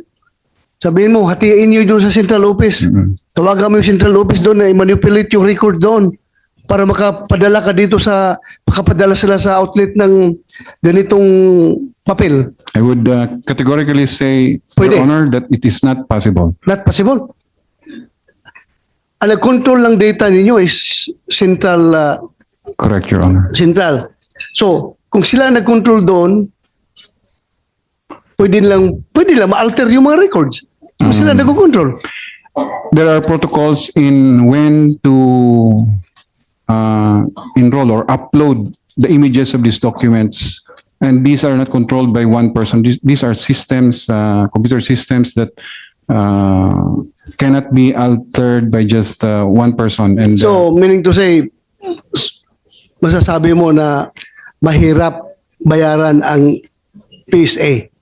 Dahil nga, maraming tao na, kahit na marami akong pera, i-share nyo dyan, lahat ng tao na involved. Bayaran ko lahat ng taong involved para makalabas ng, mabigyan nyo ako ng ganitong papilis. it will be impossible, Your Impossible. Honor. Impossible, Your Honor. Thank you. Just a follow-up question from Senator Batos. I heard the DFA, when they apply, you determine whether the birth certificate is authentic or not. Not the data, but the physical birth certificate. Yes, Your Honor. So how do you determine whether it's authentic or not? Is there, what's the process of determining whether that piece of paper is authentic or not? It's the quality of the paper used, Your Honor, and then we have certain security checks that we undertake. I'd be happy to share it with you later, sir. Okay. Not in public, though. Okay, yes, okay. sir. So just broadly long, I know it's, we can do that during an executive session, no? But just broadly, is there a technology that, for example, diba, yung ultraviolet, sometimes you do that and then you Yes, see Your Honor. some codes. Do you use technology? Is it or physical na ginaganon lang? How's Both, that? Your Honor. Okay. Yes, Your Honor. So there's technology of authentication. There's also physical authentication. Yes, Your Honor. Okay. And this is in line, that is coordinated, or that is in line with PSA's, because PSA issues the paper. So is that coordinated with PSA? That is the proper protocol to determine whether that's authentic or not? Yes, Your Honor. They Okay. actually inform us of certain new security features, numbers that we look at. So we depend on them. And then that's what we use as a basis to determine the authenticity of the documents, sir. All right. So we can rule out, Mr. Manaog, that this is not fake. It's authentic in terms of paper. In terms of the physical paper that PSA issued is authentic. It's just the information inside, or information written on the piece of paper, that's the one that is falsified. No? That's correct? That's correct. Your Okay, Honor. all right. So at least we can now pinpoint on who registered those individuals and who issued the authentic document, paper. And I heard earlier from Senator Bato that the paper, the authentic paper, comes from the central office. These are printed at the central office. The blank security papers. The blank security paper. Who prints it? The blank sec. The blank. Oo. the blank. Is it PSA who prints it? Is it No, the no. National Printing We have a Office? supplier. There's a supplier that Yes, prints so- it. And the you contract a supplier, they bring it to you blank, and then you distribute Distribute it to the outlets. 1,600 LGUs and also No, Your Honor, to the outlets. 80 plus outlets, Only to the 67 outlets. 67 outlets. And the LGUs, They don't have the security paper. Only PSA issues the security but paper the LGUs can issue birth certificates. in local copy, not in security paper, Your Honor. In local, so that's different. That's different. And the local copy can be used to apply for passport. For first timers, Your Honor, no. No, for first timers, no. So you really need to go to PSA to get that security paper, birth certificate. Birth certificate in a security paper. Yes, Your Honor. So LGUs are not, the LGUs that issue the birth certificate is not accepted by the DFA. It is not. Okay, Your Honor. all right. Thank you. Thank you. Thank you. To follow up on that, so these documents that are acceptable to DFA can only be obtained from 67 outlets. Is that correct? 67? There are other authorized Like what else? online, through online.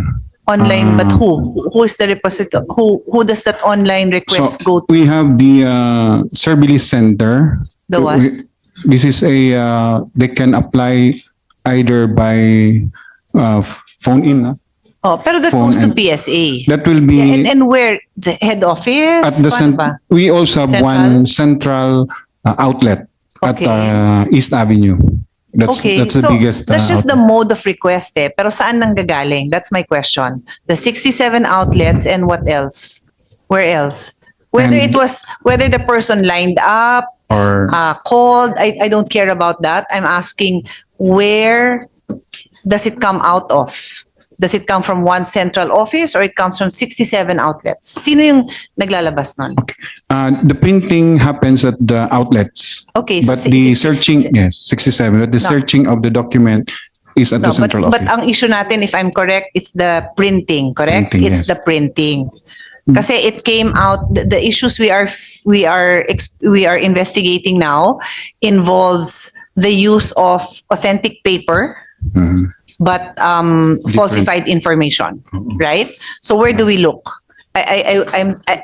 I tend to look to my left, to the police, but I have no authority to investigate him, and we can just ask for his help. But so where do we look? Kaya, Madam Chair, no? Yung if I may, yung sinabi ni Senator Win Gatchalian kanina, yung source ng yung security paper. Kasi nung pag-imbestiga natin sa DFA, lumalabas doon na isa sa suspect natin din ay yung supplier nila hindi papel, yung supplier mismo ng passport ninyo, di ba? Pwedeng magkakaroon ng leak doon na pwedeng silang naggumagawa. So, sa inyo ba, pwede bang magkakaroon ng leak doon sa supplier ninyo ng form? Hindi. We have a concessionaire that supplies the security paper, blank security paper. Yung blank nga, oh. Halimbawa, sila na mag-discard doon, maglagay ng mga contents. Pero official yung papel ninyo dahil That is a hindi, possibility. imposible? Could be possible. Possible. Mhm. Na That, pwede. Pwede doon ng leak. Could be. So, ang dami na natin dapat imbestigahan dito. Yung mga supplier, concessionaire niyo, pwede natin imbestigahan para matumbok natin ito. Dahil kung hindi natin ito masolve itong problema na ito, one day we will wake up na yung puno na pala tayo dito ng mga operatives ng Chinese Liberation Army in-invade ng Pilipinas. We have to learn from history. Yung mga Hapon noon, bago umatake ang Hapon dito, ang dami na nila nakakalat dito ng mga negosyante, mga farmer, mga businessman nandito. Pero pag putok ng gira, yun na, mga official pala yun, mga intelligence officer ng Japanese Imperial Army. So ito, pabigat ito ha, national security pinag-usapan natin dito. Kaya ayusin natin ito na we have to come up with measures na ma-plug natin yung mga gaps. Kaya tayo nag-hearing dito para ma-solve natin itong problema na ito. So we encourage everyone to feel free to say, to cooperate para ma-solve natin itong problema na ito. Yun lang, Madam Chair. Thank you. Well, also follow up to Senator De La Rosa's statement, concern on the leakages of the papers. You have actually informed us that there are instances of theft of the security paper. So what is the status of this theft? And is there just one case of theft? Are there many cases being investigated? Yeah. In times when there are these reported lost security paper, we immediately inform, especially the FA and other offices that require document, informing them of the series, the serial number of lost security paper, blank security paper. So yes, there are instances that the security paper are reported lost. And Does this come from just one outlet, many outlets? What? From the info you have? go ahead. Okay. Madam Chair, there's an instance where we lost SECPA in one of the outlet. And In this is- one outlet. In one outlet. Yes. So what's the status now? Are you investigating? Na-file na ng kaso? What? Meron na pong investigation, Madam. Investigation internal. Internal. Kailan nyo nalaman? Kailan ba yun? Last year. Last year, Madam. So how long will the investigation take? Completed na, Madam Chair, yung investigation namin. So you identified the person responsible? Yeah, we did. How many literally pieces of paper? Because it's a piece of paper, right? 2,000, Madam. A box. So, Box. So huh? this could be One box. 1,000 pieces, 1 box.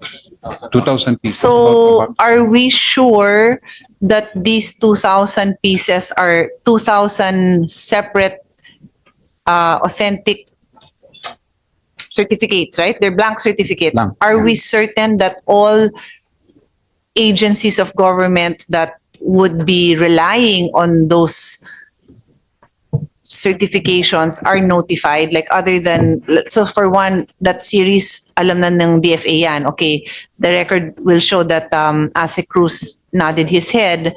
Are there other agencies that are relying on that? Because but I'll tell you how dangerous this is, ha. One of the requirements for, I don't know if you consider it supplemental evidence of for late registration. It says here's driver's license, right? It's not a requirement, but it can be a supplement. So, sabi ko nga, well, if you apply for a driver's license, you have to give a birth certificate. Usually. So, parang umiikot lang yan. So, if they get hold of this, naka-apply ng driver's license, parang nasisira yung chain of natin authenticity, 'di ba? Kasi tapos meron na rin siyang legitimate driver's license kahit fake and kahit i-dispose niya. I don't know, but it's just really that's why I said what other agencies need to be notified and have been notified of these stolen For one, certificates. Your Honor, we readily submit to DFA because that's one agency that relies solely on issued. We also provide to embassies that this document, if this will be submitted to you, it is reported lost or stolen from our. So we on the cases that we have, we also verified on where the security paper was distributed and where it was used, where it came out. So we would know whether that document is really authentic coming from PSA. So of this batch that was stolen, have you traced a couple of incidents where it was used? None, Your Honor. So yan yung isa sa investigation namin. We're comparing kung yung lumabas bang fraudulent or falsified certificate of live birth used a stolen or lost. So far, walang ganun, Your Honor. Okay. So Baka sa future yun, lalabas. Katago lang yun. Oo nga. What's the purpose? After What's the 5 motive? years, after 10 Well, years. what's the motive behind this stealing all these things kung hindi na gagamitin, di ba? May motive yan. Kaya, hintayin natin. May problema pa kayong haharapin yan in the future.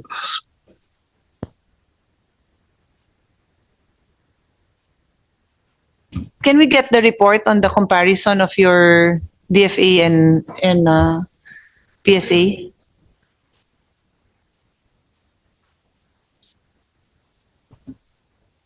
Okay na. Anong nangyari? Pwede ba natin yun?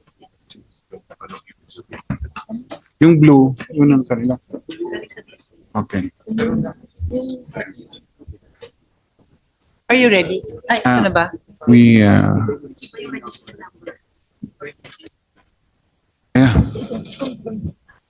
Hiramin yun. Ay, hiramin yun. Pahiram. Pwede pahiram. Para ma-summarize daw. Yeah, before I go on to the next, no, yung stolen security papers, di ba may ano yan, ano ba tawag doon? Serial Barcode, number. serial number. So ano yun, aside from alerting DFA na these certain numbers are Lost. parang canceled ba yan so that there's no way na ma-resurrect 10 years from now, pagpatay na tayo, 20 years from now, 30 years from now? Ano ba yun? It's alerted sa system namin that if it will be used, then fictitious siya or And clear falsified. yun, clear yung feature na yun na ting ting ting, may mga alarm bells, ganon. Oo. Yes, ma'am. Madam Chair, in-alert na rin ninyo ang DFA Alam na nila yan. Sabi niya. We send Alam na nila. communication to them. Mabuti. That these numbers are Okay. among those. Mabuti. Thank you. So anyway, sige, you wanna do a brief. Kinuha niyo ulit. So hindi pa tayo ready kasi I want to also give time for BIR to speak. Teka muna. Yeah, this one, go ahead. Just to quickly follow up, just want to ask Mr. Manoag, is this the first time that happened? This type of breach? This type of occurrence that an authentic paper with fake information is being used to apply for passports. Is this the first time? I don't think this is the first time, Your Honor. So how many times have you encountered this type of incident? And also incidents like false identities. No? How many in the last 5 years? How many instances have you encountered? Your Honor, there are instances, but not this magnitude or this number. Mga paisa-isa when it Okay. is brought to our attention, so we conduct investigation. Pero this is not the first time, Your This is Honor. not the first time. So in the last 5 years, do you say that every year there are cases like this, incidents like this?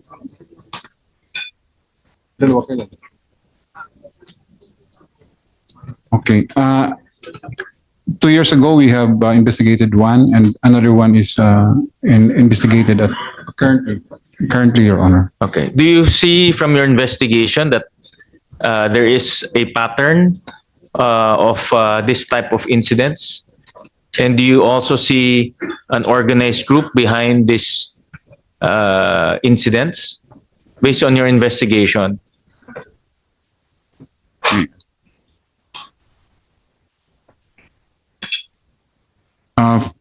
The attorneys at the back conduct investigation. These are more isolated. These are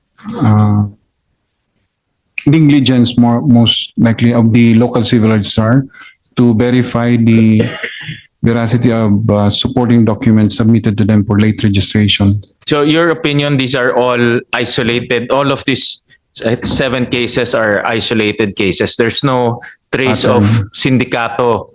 May punto, may sindikato bang nag-ooperate? That's my point eh. Based on your investigation. On the investigation, Your Honor, the results showed that unique yung cases ng bawat isang kaso. Pero pare-parehong falsification ng document. Just submit to the committee the number of incidents or number of cases or number of investigations you conducted similar to this in the last maybe last 10 years. So we'll We will review the submit, we'll see if there's a pattern or not. Yes, we will submit, Your Honor. Madam Chair, yung sinabi ni Senator Wing Gatchalian na mga kaso na inimbestigahan nyo ngayon, pwede ba kahit na hindi nyo sabihin yung pangalan dahil nga sa ano yan? Data privacy. Ha? Data privacy. Data Privacy Act. Ilan doon ang Chinese na pangalan? Yung 7, di ba may 7 kayo ng ilan dyan ang Chinese? Except for yung minor, these are, So lahat Chinese. sorry, except for the one in, Di, huwag ka matakot. Nag-imbestiga nga tayo dito eh. Anyway, we can explain to the Data Privacy Commission na nag-imbestiga Except for the, kami dito. Kailangan.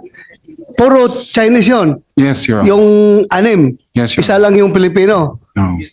So, masasabi mo pa rin na unique yung every case na yan. Hindi mo siguro unique yan kasi parehong Chinese eh. Pareho ang modus eh.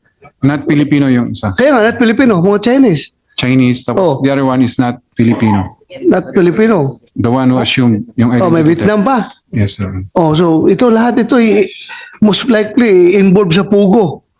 Itong mga tao na ito. Most likely ha. Hindi pa naman tayo pero most likely. Ha? Yung nga, pero anyway, beyond their kung ano yun, Madam Chair, siguro baka sa BI na yun na trabaho, yung pag-check kung involved ba sa pugo itong mga tao na ito, yung pito na ito, BI, na-check niyo kung involved sa pugo ito? Or sino ba dapat mag-imbestiga niyan? Kasi alam ko, PSA, repository nga lang daw sila eh. Bakit pa nila mag-imbestiga kung anong nature book ng mga tao na yan? Repository lang sila ng records. Yes. Your Honor, for this case, I was invited to speak on a specific case, so I'm not ready to explain, but maybe my other colleagues from the Bureau can provide information. Nandito pala yung NBI. Saan yung NBI? Yeah, kayo yung nag-imbestiga, di ba? Ano to, mga Pogo-related na mga personalities ito? Pardon, Your Honor, the specific division who is on bathroom break. CR lang po. Sorry. Ano, pagbalik niya. Thank you. But the reason I addressed my question to PSA when in the course of Senator De La Rosa's questioning, like Pogo ba yan, is because I would assume that if you see any similarity, and Senator Bato established that at least from the nationality they are the same, then you would also include in your findings or recommendations that you're now forwarding it to NBI. So I don't mind that you pass it on for another agency to take over, but I would suppose he would still be aware kung napasa nyo yon, para kasi kanina before we asked you to compare the actual certificates in the custody, the copy of the certificates in the custody of DFA at yung hawak nyo, sabi ko merong bang overlapping, 'di ba? So yun yung tas umuo ka sa akin, umuo ka. So ano yung overlapping na yun? Tas ngayon sabi mo walang similarity. Ano yung overlapping na ibig nyo sabihin? Kasi I thought it meant na na-trace nyo na lahat ng galing sa ganitong outlet doon na request, 'di ba? Because it could be the registration could be in one area and then the request for a copy could be somewhere else. So I thought may findings ka na ganon. Madam Chair, we compared yung kanina yung sinasabi namin na what was submitted to DFA, we cannot look into it because ang nandito sa kanila is Xerox copy nung what was submitted. But on its face, are they identical? Yung Okay. sinubmit at yung kopya nyo? We have this one.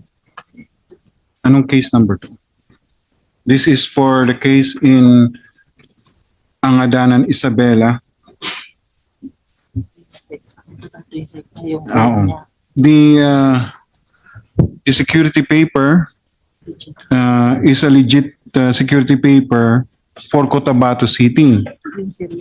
But the yung serial number ng document, but the barcodes of the document being requested, this was issued in Tugigaraw.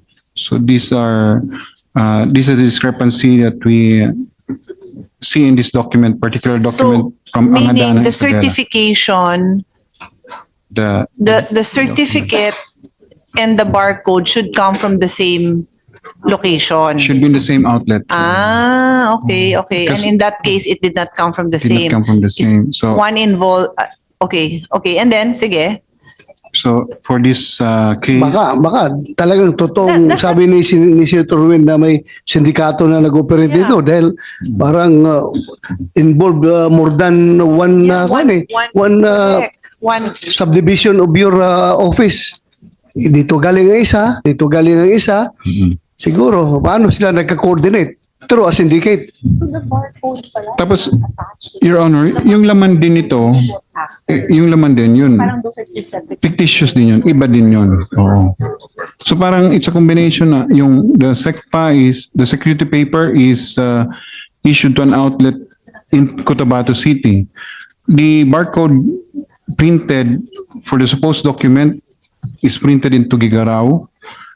And the data itself differs from what we have in our database. So this is That's clearly a syndicate activity.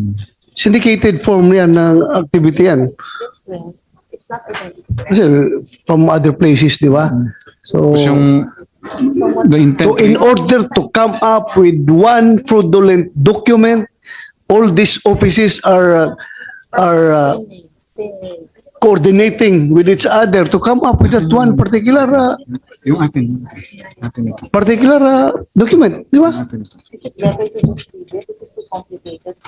So it's incumbent on your part na establish talaga nyo kung sino itong mga tao na ito para mahinto natin to. We agree on the suggestion to invite them. Yeah, tama. I-invite natin talaga. Invite natin yun sila. Sorry, I just want to understand also when you say that the data is different from what's in your system, ano yung nagbago? Yung name is the same? Kasi kung ibang name, di parang identity theft na yun, di ba? Ano ba? It's different, madam. Which is different, the name, Yes, even the ma'am. names. Yes, ma'am. Totally different. Totally different. So, are they two different people or one is a fictitious person or what? The one that used different, we found that have security paper issued in Cotabato with the barcode coming from Tugigaraw. Yeah. This is the one used for passport application. Checking it in our database, it's a different document entirely. And a different name, everything is different. The name is different. The parents, can we show this, ma'am? Yeah, of course. The registry number are different. This one is delayed registration, while the other one submitted to DFA is supposedly timely registration. Ibig sabihin, submitted within 30 days after birth. So, Madam Chair, masasabi mo ngayon na posibleng involved yung mga tao ninyo dyan sa loob? Masasabi mo ba? Posibleng may involvement dahil tingin mo? Your Honor, both the timely registration, which means within 30 days after the birth, and the delayed registration, all these processes happen at the local civil registrars, Your Honor. Yes, Local civil register. because they are the ones to register the event, Your Honor. Yeah. Either via timely I- registration or 90% agree with you. Before we have this hearing, meron ako impression na gano'n, Madam Chair, na sa local talaga nagdidiskarte ang mga tao na yan. But still, hindi pa kita ina-absoluto ha, yung ahensya mo. Yeah, Hindi ko sure. totally ina-absoluto, may 10% pa na naiwan. Kaya karuhin talaga natin ito matapos itong investigasyon na ito. yes, Your Honor. Pero mas malaki talaga ang tsansa, di ba, sa LCR. Because the registration process occurs at the local civil registrar, Your Honor. Ang problema lang, wala kayong control dito dahil LGU ito. Technically, they should be following the guidelines for registering an Oh, event. as far as their day-to-day operations are Yes. concerned, Yes, wala Your kayong Honor. control. Administratively, they are under the jurisdiction of local chief executives, Your Honor. Kaya kung ako mayor, kurap ako na mayor, mayroong magbayad sa akin na Chinese, sabihan ko lang yung local civil registrar ko, resto mo yan, diskartehan mo. Pwede mangyari, di ba? That's a possibility, Your Oo, Honor. pwede mangyari. Although we, So very important talaga na next hearing natin, Madam Chair, we invite those local civil register kasi sa kanila talaga lang gagaling yung problema. Thank you. But again, I'll remind to get a accurate response do sa tanong ni Senator De La Rosa. Yes, they are under the jurisdiction of the LGU, but susunod nga sila sa inyo when it comes to the technical. So we are relying on you to tell us what are the changes that have to be made to ensure that these kind of events are if possible, totally eliminated. It's impossible to do this. You have to tell us. And if it turns out na maraming LGU involved, whether we have to, I don't even know, what is the crime for falsification of just regular, the usual, di yata ganun kalaki yung crime na, yung penalty natin sa falsification eh. Anyway, later on, nandito na ang representative ng NBI, ibibigay natin sa kanya, no, kasi we wanted to find out also. But in the interest of being efficient here, I'll ask PSA, and maybe it can be a joint submission with DFA, to just give us like similar to what you did in case number 1, or the Isabela case, that you said that it's authentic paper, this one is different, submit it for our study so that in the next hearing, we already are holding that.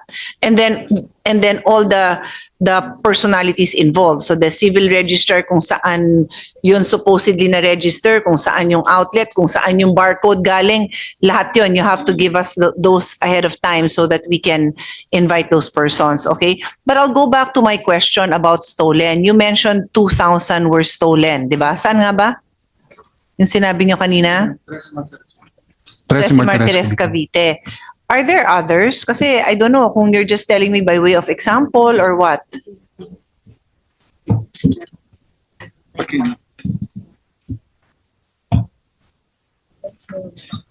Tsaka sure ba kayo na 2,000? Kasi... One box yun, ma'am. Every... Oh, pero 2,000? Kasi yung note na inabot sa akin, 12,000 na. Ano yun? Nadagdagan ng isang ganon? 2,000 o 12,000? 2,000. 12. Ang sinubmit nyo sa amin in writing is 12,000. So was that a typo? They can show you. 10,000 more. 2,000, Madam Chair, based on investigation. It's in words and digits and numbers. So typo pa kaya yun? Somebody would like to speak from your office, yes. Because Just I'm identify yourself. Yes, I'm Attorney Eliezer Ambatali from the Legal Service. I was the immediate supervisor who investigated this. Initially, we suspected that there are 12,000 security papers that were lost, but based on our investigation, it's only 2,000 after investigation. Sige, so pagka ganon, you have to send us an updated kasi kung hindi ko pa tinanong, ang alam ko 12, ang sinabi nyo 2, so either duling ako or hindi tama yung sinasagot nyo sa akin, di ba? So you should be the ones to correct that information that you submitted to us. That's correct, Your Honor. We will do that, Your Honor. But the thing that I recalled is that when we submitted the report to the committee before, our investigation was not yet over. So but we already established it now na 2, so it would be preferable if you can say na for the record po, yung sinabit namin na 12 ay 2 na ho ang final finding namin. Hindi yung yung ginagawa natin ngayon, ma'am, hindi 12, yung 1 o ay typo, di ba? Haba pa ng proseso, just say tell me it's 2. That's noted, Your Honor. So are there any others that you want to report? Based on the our submission, there are some that cases that were reported. No, any other stolen? Is your 2,000 just in Cavite? Because Yes. it is Cavite that you submitted. For Cavite, you submitted it's 12,000, and now you said it's 2 for Yes, Your Honor. Cavite. Yes, Your Honor. So what about other areas? We will be verifying. I will give the information in a while. In a while today? Yes, Your Honor. Okay. Please. Thank you. Kasi Thank pag you. ganon, nagsalita na yung, technically ba boss mo siya? Nagsalita na yung boss mo, di ba? Dapat nagbe-verify ka na. Kasi tatanungin ko yung boss mo, pag mali yung sinagot niya, tapos di kayo nagsalita, di mali yung info natin. Yes, Okay. that's correct, Your Honor. So kindly, because for the record you submitted, sabihin ko na lang, para hindi na tayo naghuhulaan. You submitted, okay, hindi ko to inimbento, kayo nag-submit. 3,450 from CDO and then, what is this? No, I can't read this. What is that? Yung 2K na minimension niya. So, Ay, Trece Martires. Ay, bakit? Is it separately? Ano? Hindi nga namin apos na nakuha yung 12 kasi 12,000. Tsaka 3,450. Okay. So what you submitted to us was 12,000 for Cavite and 3,450 for CDO. So kindly update that. Okay.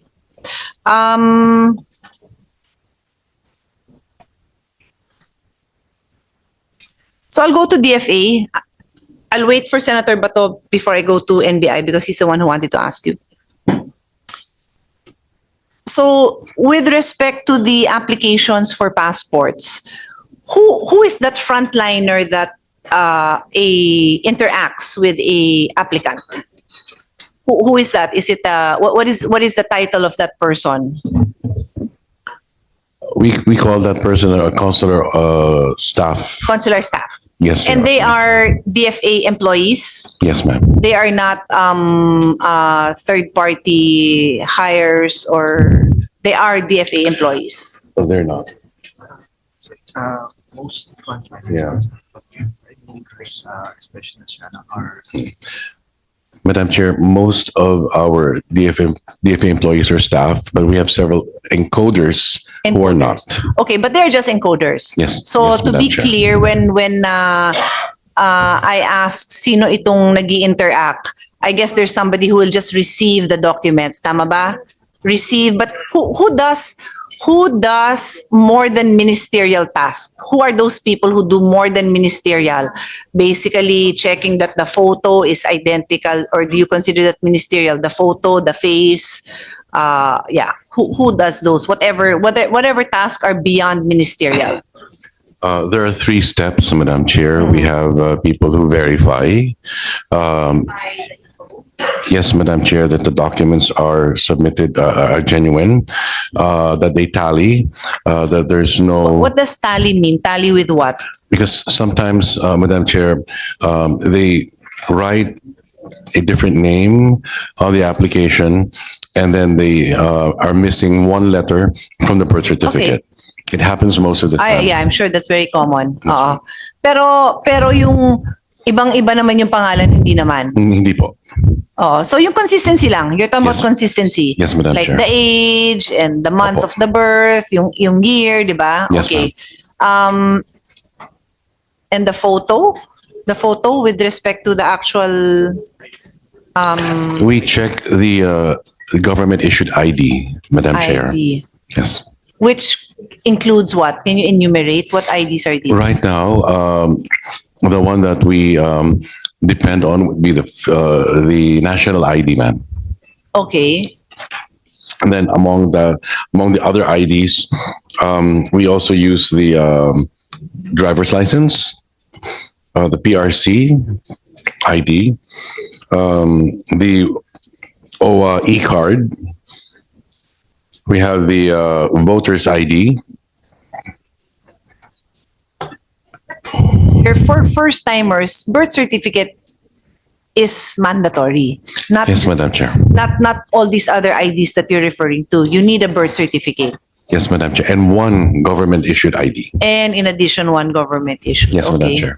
Okay, so going back, that person doing this important process, particularly with the birth certificate, is what? What is the title of that person? Yun yung sabi mo na consular employee?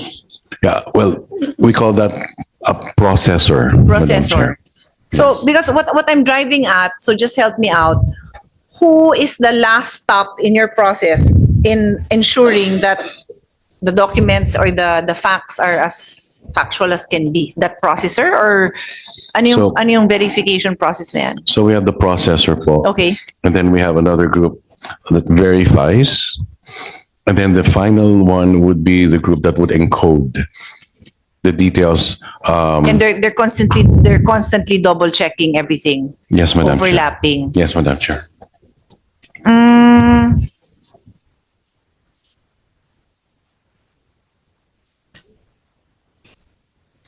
So itong mga instances where you found doubtful certificates of birth, who caught it? Which line there? Iba-iba, or normally sinong pasasalamatan natin? The processors. The processors. Yes, Madam Chair. Okay. But are there instances where the processors didn't catch it and then it went to that second level? Yes, ma'am. There also are. Yes, And are ma'am. there instances where it got to the third level? Yes, ma'am. So paano kaya yun? Pag lumagpas na sa third, ibig sabihin, it's already out. The error has been made. We have, since November, sorry, Madam Chair. Next step is the biometric. Since November last year, Madam Chair, we have initiated and broadened our investigation. And we determined that there were several more passports issued to non-Filipinos. And we have taken several steps to ensure that it either does not happen again or it is minimized. Okay, so Are they just to use the line of questioning of Senator Bato, did they fit a certain profile? yes, Like Madam a Chair. particular nationality? Yes, Madam Chair. So parang ang hirap naman, may I ensure that I have the intention of PSA and then kasi NBI also. If it fits a certain profile na paulit-ulit, we have to be very conscious that it's a syndicate then, di ba? We cannot just say na it's not, even though maybe not from the same locality. And I'll ask for I'm not an investigator. That's not my area of expertise. So I'll just ask maybe NBI later on to comment. But that is noteworthy. Okay, so you've broadened and ano ba, retraining or is there a need for what are you just, like you said, you broaden. So what did you do? But when you say you broaden, what did you do? You just train them further or what do you do? Well, one of the things we did was to review all those applications submitted and identify certain areas where there were a lot of first-timers with delayed registration of births. Okay, so thank you for mentioning that. I will go back now to PSA. That's why I was asking the question, how many late registration of adults, how many application of late registration for adults do you receive? Do you have a number na? Yes, Your Honor. For 2022, Your Honor, we have 904,920 late registered. Of these, Yeah, you mentioned that, no? Tas Yes, yung adult, the yun adults- nasabi nyo na yan. so adults, we would assume from age 17, 18 ang Well, officially it's 18. naka-age group by It's up to you. by Frank Just tell me what your So- your age grouping is. So we are of the 904,920, yung adult registration 48,827. Okay, 200 plus 278,096 096 plus 45,899 plus 39,000. 48,827 plus 278,096 plus 45,899 plus 39. 300. So these are for ages from 17 to 22 years old and over, Your Honor. So, So hindi na we have 17, out of 22, the- 22 and older. Yes, Your Honor. Okay. Out of 904,920, 372,861 are adult registration, delayed registration. Okay. I'm guessing you don't have it on you, but can you submit to us the number per year? Yes, Your Per Honor. year? Because I want to see if there's been an increase. And then, do you have that available by area, by region? Yes, Your Honor. You We have can- it now? We will submit, Your Honor. But do you have it now? No, Can not you, now, Your Honor. do you have it now? The region? Later. Meron na po ba Meron? Ano yung top 3? Sige ma'am, iano namin ma'am. Top 3, Siyempre, medyo NCR. challenge lang kami ma'am sa internet dito. Top 3. Pero we can supply that ma'am. O, di ganito na lang. I can move on, but if we can get the data within today's hearing, that would be good. Because Yes, ma'am. what I will ask you to do is to tell me also if the number of late registrants per region is proportional to the population per region, di ba? Kasi kung I can understand that sa NCR, proportionally, mataas siguro sa NCR. Then if you tell me in a very small region somewhere, ganun kataas, and then you have incidents now coming from those regions, then I can investigate it myself because there seems to be a trend. Okay? Sige. So I'll go back to DFA. When you're ready. Thank you, Madam Chair. We would like to inform the honorable body that so far we have prevented over 100 attempts of 100. foreigners. Yes, Madam Chair, in applying for Philippine passports. Right now, we have over 55 active cases. Oh, and you filed cases against them. We refer Or when them. you say cases, you mean that you are investigating. We refer them already, ma'am, to our law enforcement agencies. Okay.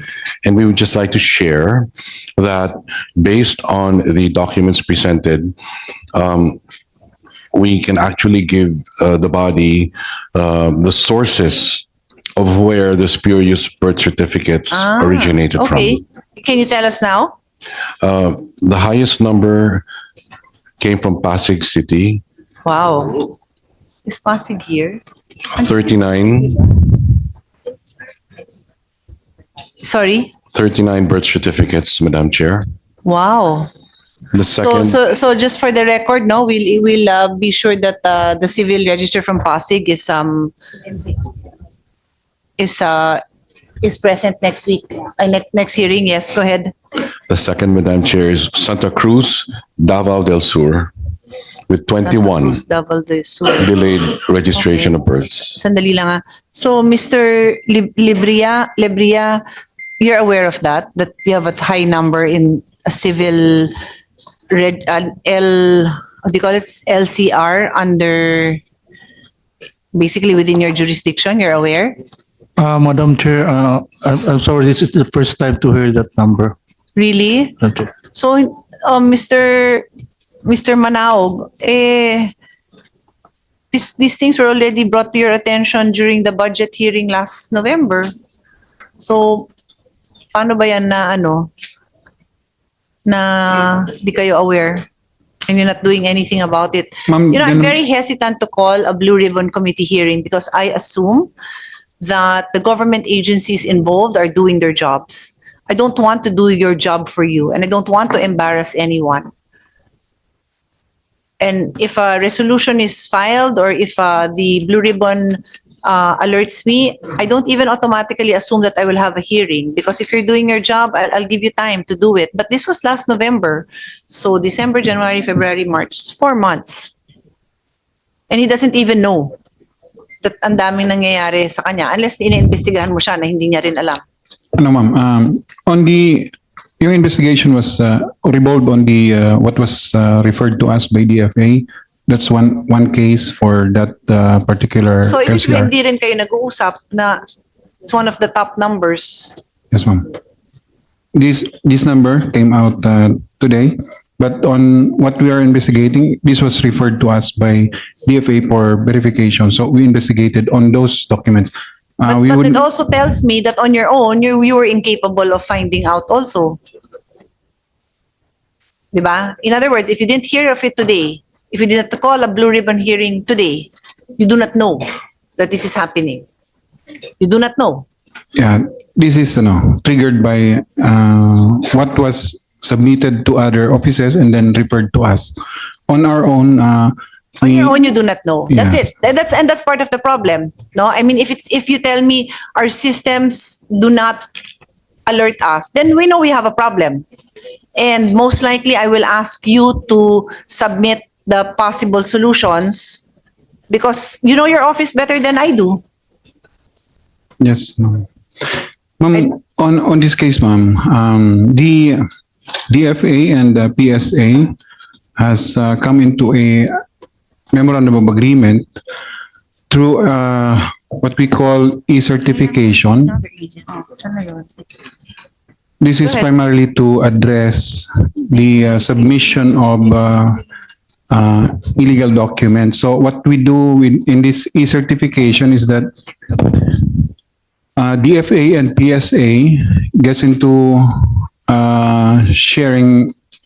data sharing agreement wherein the applicant for a passport would apply for a document, and the applicant will no longer submit physically the document to DFA. DFA will now directly get the document from us so that it will be direct government to government transaction. That's the memorandum of agreement has been signed, and we are crafting now at this time the When was it guidelines. signed? Last January 24, madam. So ngayon Madam lang. Chair. Yes, ma'am. Like, okay. Well, okay. So that's a good solution. So include that in your written submissions on what your other solutions are. But may I just put on record that because when I ask you like, why do you not know? Tas sabi mo, kasi yun lang naman yung info Triggered na na. na-pass on sa inyo. So I'm aware that there is an interagency committee against passport irregularities, right? And the members of this interagency is DFA, DOJ, DILG, BSP, BI, NBI, PNP, POEA, and NSO, which is now PSA. So you're a member of that. This was established in 1993. And then I'm not aware of what transpired between 1993 and the present, but I know that as of October 18, 2023, the deliverables of the interagency is for DFA to share the active directory and circulate to the group, to institutionalize quarterly meetings, to circulate this is all on DFA side. DFA to circulate a concept paper and include what plans and actions are needed to be undertaken. DFA to include training on investigation and interviews, and DFA to ensure that they receive the interview questions from BI and NBI. So, well, at least what I see is all on the end of DFA, no? So, as of October. So, I'm just surprised that if I didn't call this meeting, and that's why I go through pains explaining that it's not my heart's desire to pull you all out of your offices. But apparently, if I didn't call this meeting, then you don't know. Or this hearing. Anyway, ASEC Cruz, please continue and respond to that. No, how come they don't know yet? Thank you, Madam Chair. Actually, right after the November 23 budget deliberation, ma'am, the DFA reconvened the Interagency Committee on Passport Irregularities. We actually had two meetings last December, Madam Chair, one on the 6th and the other on the 18th. And yes, we confirm that the members are indeed the ones you have identified. Yes. And we are actually in the process of signing an MOU with all the members in terms of strengthening the national security through interagency synergy to safeguard the Philippine passport's integrity. Wait, what was the other thing that you just signed? It's e-certification, Madam Chair. No, you already mentioned an MOU kanina, no? We Ito yun. drafted Ito yun. an MOU. Yung sabi ma'am. niyo nung January lang. Itong January lang. What was that? Oh, that's for e-apostille. Ha? Sorry? For the e-cert, sir. Yeah, for the e-apostille, ma'am. For the direct transmission Yes, of the ma'am. document. That's Yes. that's the MOU, and then yours is now An MOU. with the other members for the entire membership of the Yes, Madam Chair. interagency to basically share all this information? Yes, Madam Okay. Chair. But I mean, I'm just saying, I will repeat that as of today, he did not know that meron kayong na-identify na high frequency of these We mentioned it during the meeting in our ICPI, the top three, let the record show na nagtinginan ang PSA and ang DFA. the top Anyway. three sources of So now you know. So you mentioned the top two was Pasig City, and then Davao del Sur, and then what was that? Do you want the third? I just randomly asked for the top three. the third is Manila, ma'am. Sorry. So I know if I'll wait for them, I'll go ahead. The third is Manila, Madam Chair, and the fourth is Quezon City. Ah. Okay. Anyway, you'll give us a complete list. We will, Madam Chair. Thank you. Okay.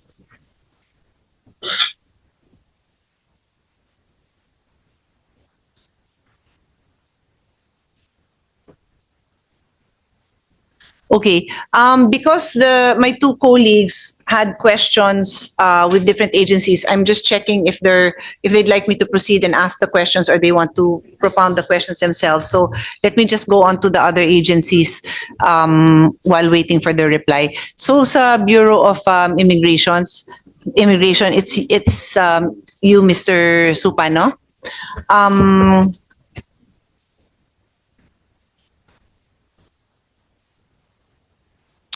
Yeah, so can you tell us what do you have numbers similar to DFA in terms of how many incidents do you have, whether it's in a month or in a year, in terms of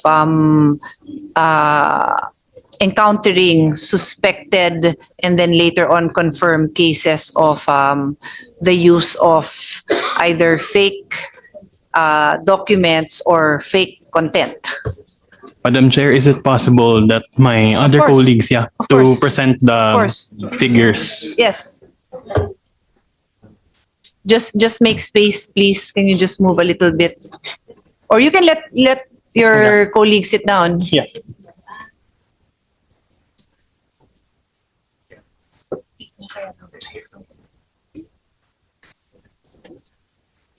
Good afternoon po, Madam Chair. Hello, just identify yourself, your name, so we can put it on the record. I'm Attorney Anisha Haji Hassan po. So, yeah, you may sit down. Initially po, not including the case of the Filipino with two Yes. identities po. We submitted 17 names po for and endorsed to the NBI for investigation. 17 names from what period? Since when? For this year, last year? These are consolidated na for different years. So 17 lang naman ang na-intercept nyo Yes po. over a span of a few years. Yes, Madam Chair. Okay. So, And do they involve Filipinos or foreigners or what? foreigners, majority Majority are foreigners who seem to have obtained different a Philippine Philippine passport, not necessarily passports po, various Philippine issued documents. So you counter check. Sorry. Say that again. Not necessarily passport, but they were, for example, some were intercepted in a parang operation of one of our offices, and then they were Okay. found in possession of fake or like birth certificates and or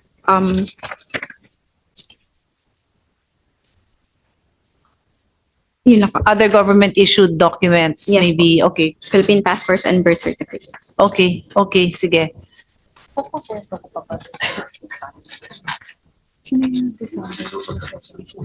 Okay. Ito po yung finish naman.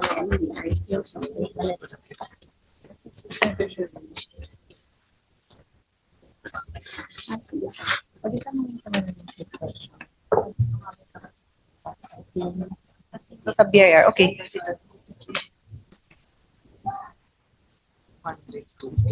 Sige, while I'm waiting for our colleagues, I'll go ahead and ask, call on BIR.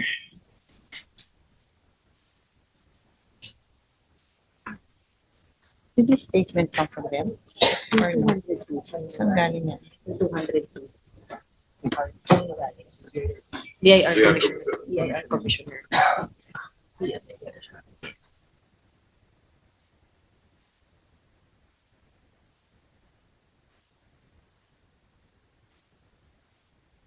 Anyway, I'll proceed with the line of the concern of Senator Gatchalian. He mentioned that in his hearings related to POGOs,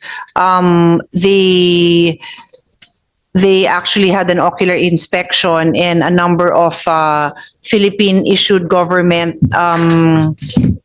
documents or Philippine government documents were seen. And the question he is raising is the lack of personal appearance in obtaining these documents. So my question to BIR, and this is Attorney Tibayan, what is your requirement for the issuance of a TIN? What is the process? Ma'am, just a clarification kasi I was also the one who prepared the report for the committee on women po. Okay, sige. Gender ba yan? So feel free to Yung findings po kasi ng report namin, while the foreign nationals were duly registered, kasi po sa BIR naman, we try to capture as much taxpayers as possible. Yes. And So to be clear to the public that may be listening, hindi bawal na magkaroon ng TIN ang isang foreigner. Yes. Kasi kung nagtatrabaho siya dito, dapat nga may TIN siya. Di ba? Dapat pa nga talaga may TIN. At magbayad siya ng tax po. At magbayad siya ng tax. So walang problema na meron. Kaya nga ang binanggit ko na katanungan is, ano yung what is the process to obtain a TIN? Because, and pause muna, whether it's with PSA or DFA, does this TIN, and TIN is a tax ID, right? That's what it is. It's a tax ID. Can they use that as suppletory IDs? Not with DFA. How about sa PSA? Nagagamit ba yan for dun sa late registration nyo, di ba? You accept other types of IDs. Yung TIN ba tinatanggap nyo rin? Ma'am, hindi gaano kasi wala siyang date on birth, date of birth, wala ring place Okay. of birth. So, Okay. more on the name lang yun, ma'am. Okay. Yung ni-require namin, ma'am, yung names ay government-issued ID that can supply the requirement for name, Name, birth. complete name, date of birth, place of birth, and preferably kung may parents. Kaya, number one doon sa list, parang baptismal certificate kasi kompleto yung Okay. data, ma'am. Okay. Anyway, so back to you. Just to clarify po, yung TIN po, ang details po niya, yung ID mismo, is the TIN number, complete name, address, birth date, and the issuance date of the TIN. Issuance date of Apo. TIN. Okay. So, yung mismong procurement po of the ID, doon po kami strict. We require personal appearance. No? Yung findings po ng investigation po, yung mga POGO employees na pina-check po sa amin, we discovered na yung mga TIN ID cards nila weren't legitimate. So, they were validly registered sa amin. Unfortunately, yung mismong card, kasi po may QR code po yan eh. So, that's a way to authenticate using our ORUS system. Yeah. Kung legitimate nga po yung ID, and it seems that pinaprint po nila sa, hindi ko po alam, sa labas yun or sa recto. So in other words, they went through the process of applying because they are in your database.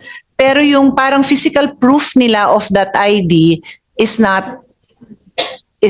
fake.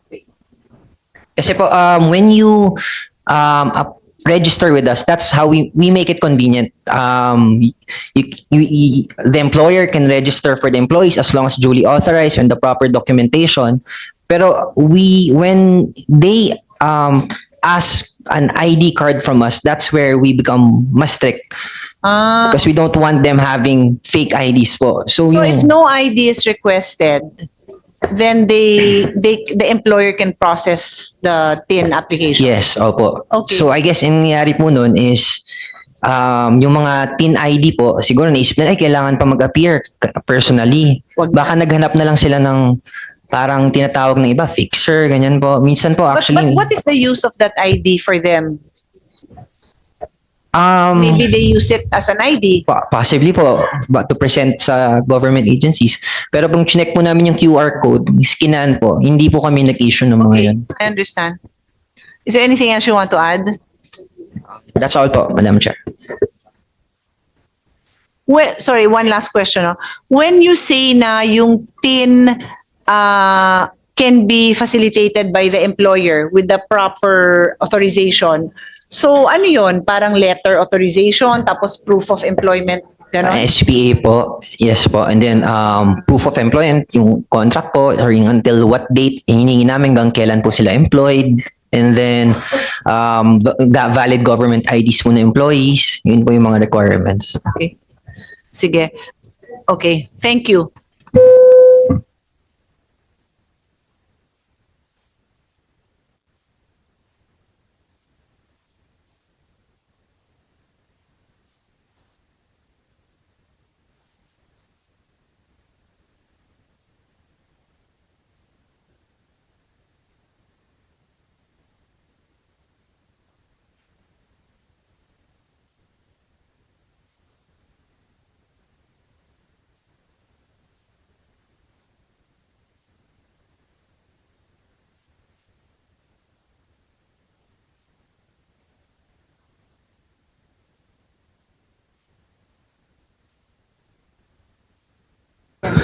Thank you, Madam Chair.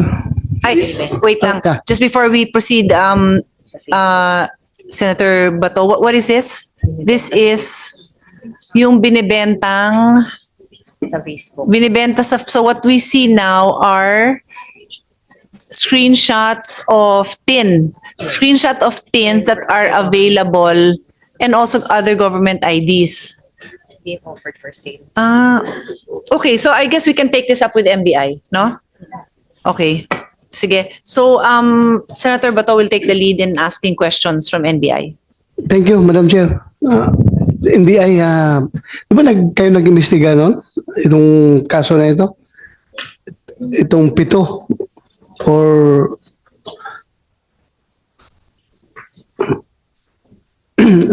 so far, itong mga kaso na ito na Meron pong mga na-endorse sa Meron. Senator, yes. so bali ilang kaso na endorse sa inyo? In total po, 55 number of names of the foreign nationals endorsed to the NBI po. 55. Yes. Puro foreign nationals. Yes po. Most of them Chinese. Other than those intercepted at the airports po, yung iba po kasi hindi pa namin na-establish kung ano yung nationalities nila because of what were endorsed to us or only names of the foreign nationals with their corresponding Philippine names po.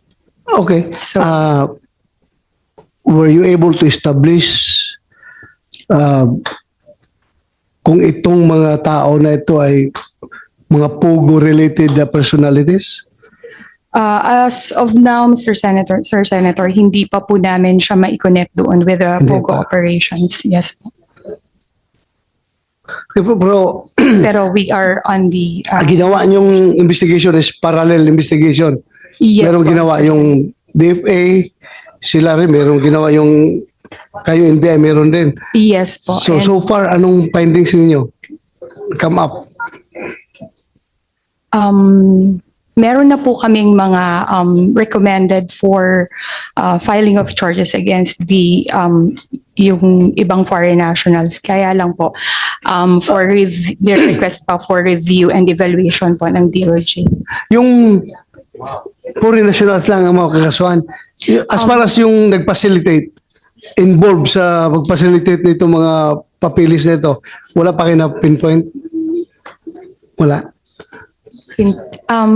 Paunti-unti po, Mr. Senator. But sinisimulan na po. Pending So, please, investigation. kung meron kayong update please update this committee para kampante tayo na may nangyayari sa investigation natin at maparusahan ang dapat maparusahan na gumagawa nito dahil as I've said, national security issue ito. Hindi lang ito ordinaryong kalokohan, kundi national security is at stake. So, kung sino man yung mga kasamahan natin sa gobyerno na involved dito, dapat papanagutin natin. Dahil sila mismo ang nagbibigay ng problema sa ating gobyerno, di ba? Yes, po, Mr. So ituloy lang ninyo yung investigation ninyo, then please update this committee para malaman namin, ha? We will po, Mr. Yeah, Senator. thank you. Salamat. Yun lang, Madam Chair. Senator Sherwin, would you like to go back to BIR or any other agency? To Madam Chair, continue the question, continue my questioning with the Bureau of Immigration. Sorry, and this is in relation to the presentation I showed earlier, and I just want to flash on the slide again some issued IDs by the Bureau of Immigration, and I will just flash it on the screen. And it's too small to see here, no? But apparently the Bureau of Immigration issued an ID, and in the ID, the registered employer is Brickharts and Rivendell. And Brickharts and Rivendell are POGO entities that were raided August 1 of 2023. And these IDs were recovered November 30 of 2023. So in other words, the registered companies were already raided and closed down 3 or 4 months prior to the November raid. And would like to inquire from the Bureau of Immigration, how come these IDs are still being used even though after the original company, Rivendell and Brickharts, were already closed down 3-4 months ago? No? Sir, our colleague will speak on the Go ahead. So in other words, even though they're closed down, sarado na itong company, they're not allowed to operate. But these individuals still carry a live current BIID whose registration are under the previous companies who were raided and closed down. So these are just few of the individuals that were apprehended during that time. But we don't know how many of these individuals still carry the same ID going around in our country and showing valid IDs issued by the Bureau of Immigration. So, paano nangyari ito? Di ba after the raid, this ID should have been forfeited, should have been revoked, so that they will not be able to use these IDs as a form of identification? Go ahead, sir. Good afternoon, Madam Chairman, Your Honor. Fortunato S. Manahan Jr., the Chief of the Intelligence Division of the Bureau of Immigration. Yes, Your Honor, we agree with your observation. With regard to the Rivendell and other companies that you mentioned, Your Honor, as far as we can remember, there were like 4 big operations that was conducted last year: the Smart Web, Sinchuang, Hongtai, and the Rivendell. We want to share to this committee that all those registered foreign nationals under those company, their ACRI cards and the visas were all revoked already, canceled and revoked. Um, Weeks or months after the raided the operations conducted against those companies. With regard to the ACRI cards found on those companies, yes, we agree because Mr. Chairman, Madam Chairman, yun po yung the usual illegal activities na ginagawa. Jumping from one company to another. That's the reason kung bakit po namin kinakancel ang kanilang mga ACRI cards in violation of the condition of their stay. Meaning they're not supposed to be working on that company pero still sinicircumvent po yung law. And once we found out that they are doing those kinds of illegal activities, definitely we will recommend the immediate cancellation and revocation of their visas and ACRI cards. Thank you, Mr. How fast is the process? Because in this particular case, the raid happened August, but November they're still holding the IDs. So how fast can you? What is the process of revoking these IDs? Because it's already been established that Rivendell and Brick Hearts are illegal companies. But these cards are still valid even after 3 or 4 months after the raid. Yes, Your Honor. The physical card valid pa rin ho, pero in our system, it's already canceled and revoked. Meaning, if they intend to transact, to convert or to extend or to move to another visa, yung system po namin mag-hit that the iCard in their possession are not valid anymore, and there should be a charge against them because they were involved in a previous illegal operation ng mga law enforcement agencies. Pero the physical card po, it would always say na it's valid unless na kami po ang makahuli and we will destroy the card. I strongly suggest that the physical card should also be confiscated because in our country, physical cards matter. No, we all know that our government agencies, they're not interconnected. There's no way for one government agencies to check the validity of information through the other government agency. It's a physical card that matters in our country. So once you show the physical cards, immediately you think that this person is legitimate. The card they're holding is also legitimate. But we're talking about crimes. We're talking about those are human trafficking syndicates that were apprehended, and yet they are carrying valid IDs. Even though you're saying in the system it's not valid, but I think it's better to just confiscate it para hindi nila magamit. Yes, Your Honor. In those cases, yung operation po na yun, yung BI po is not the lead agency. So any turnovers of that Bureau of Immigration documents or cards, definitely the Bureau of Immigration will destroy those cards and for them not to be able to use it. But these are valid cards, meaning these are issued to these individuals, to these foreign individuals, legitimately. Yes, Your Honor. And in your process, do they have to go to your office physically to determine that they are present here in our country?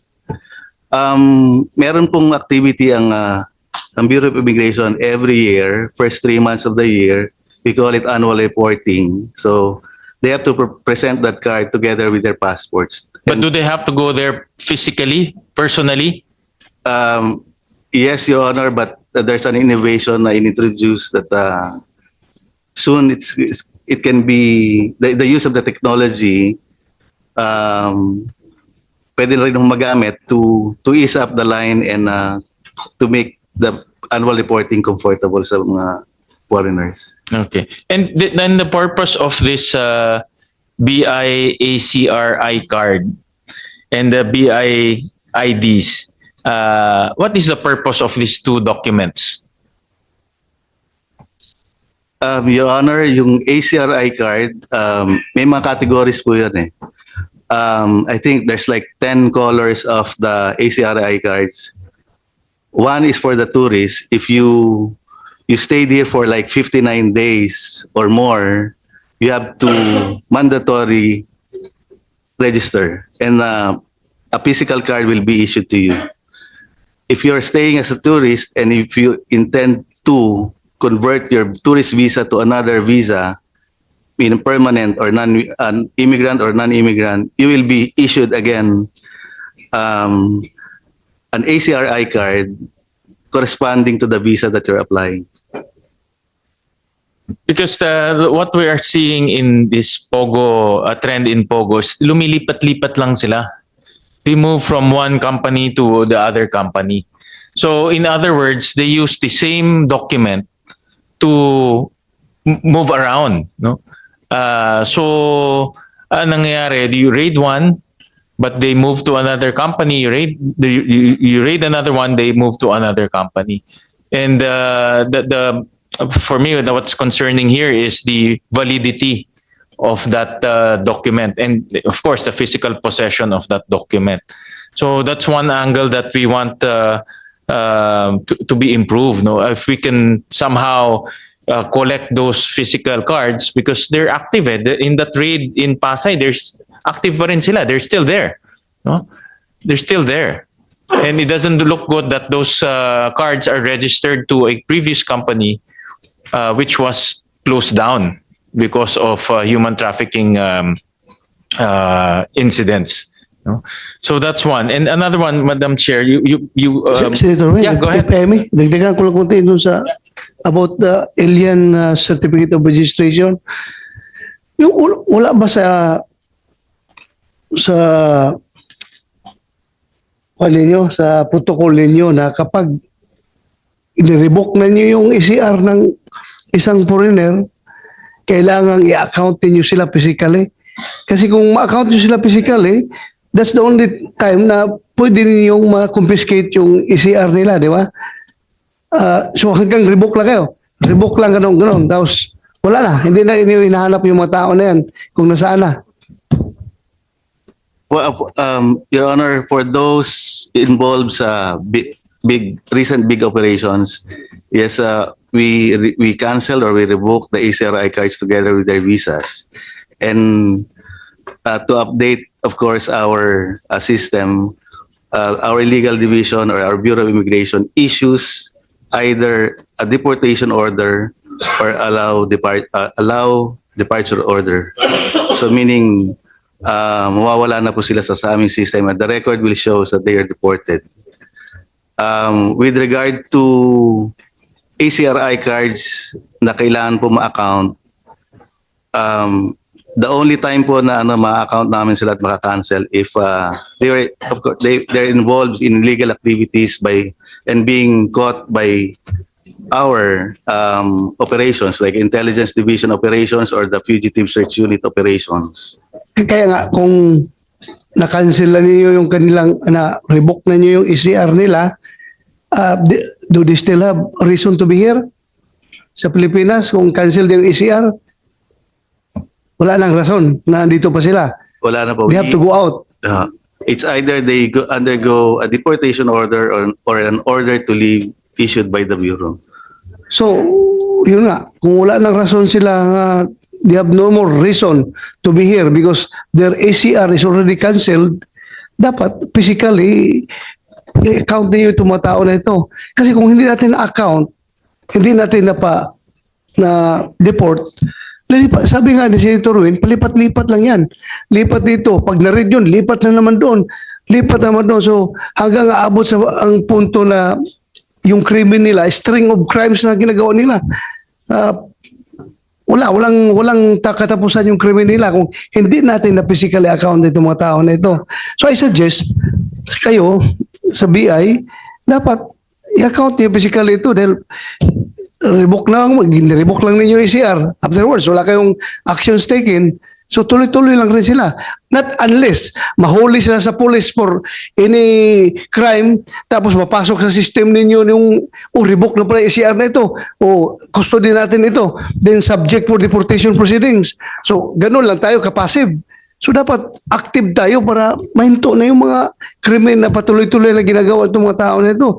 And, yung na-involve sa barilan ng doon sa Port Bonifacio sa BGC. Yung na-involve doon sa anti-kidnapping group ng PNP. Oh, yung tao na yon kung sigurado ako, ganun din yan ang sitwasyon noon. Kung na-account ninyo yun, hindi na yun ma-involve sa another crime na kidnapping. Kung na-in-account ninyo, sigurado ako, membro yun ng Pogo na palipat-lipat gano'n na wala ng trabaho dito, lipat na naman. Tapos nag-devise ng diskarte na ma-involve into kidnapping. Pagkatapos sa kidnapping, ito na, may baril pa. So, wala na sana nangyaring gano'n kung in-account ninyo. So, please confer with your boss. Pwede gano'n ang gawin natin. It might be expensive on our part. It might be laborious on our part. Dahil hanapin mo talaga yan sila di ba? Pero dapat meron kayong sistema na pag sinabing itong tao na ito, located kagad, doon yan, sa pugo ni ganito, ganon. Doon yan nakatira. Account na kagad natin physically. Di ba? So, kung lang yan, mga proactive measures na pwede natin gawin para ma-stop itong mga string of crimes, Pogo-related crimes na nangyayari. We fully agree, Your Honor. Thank you. Thank you, Madam Chair. Thank you, Senator Wen. So I was listening to Senator De La Rosa's questions. My question for purposes of our committee report is, do you need us to pass a law that allows you to deport if there is already a withdrawal of this ACR for certain reasons? I mean, it may be withdrawn because at the moment wala siyang trabaho. Hindi naman yun, di ba? Di naman tayo, makatao naman tayo. Pero pag na-withdraw yun because that person was involved in illegal activity, so obviously there was due process and a hearing already held, maghihiring ka pa ng another? Because under your procedure, you have a hearing before you deport. But technically, there would have already been a hearing of some kind for that ACR to be revoked. So that's my question to you. You can study it, you can answer me, but I need to know for purpose of my recommendations in the committee report. Thank you, Madam Chair. Madam Chair, meron ang Bureau of Immigration po merong new bill na sa Congress. And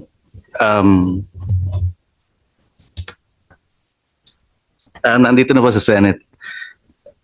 Apo. And what you have mentioned, Madam Chair, I think parang wala pa po yung guidance na ganon to be included sa provisions of the new immigration bill. So study it and then give me a recommendation. If hindi na wala naman tayong bina-violate na due process, then tell me what kind of law you need to empower you to do that. Because what are they hanging around here for? Parang pang tayo pa yung nag-create ng environment na magstay pa sila. Diba? If that ACR was withdrawn for very valid reasons and not just simply nag-expire lang yung maganda naman yung trabaho dito, hindi naman ganon, no, to be clear. Okay, so we'll wait for those recommendations. Okay, Senator. You're absolutely correct, Madam Chair. The ACR is issued to a particular person and a particular company. Tama? Since that company has been raided, no? So wala na yung particular company na yun. And those people are also included in that raid. So it's either that ACR gets cancelled and they go back to their homeland because they came here to work for that company. Kung meron silang crime, then of course they get deported. No?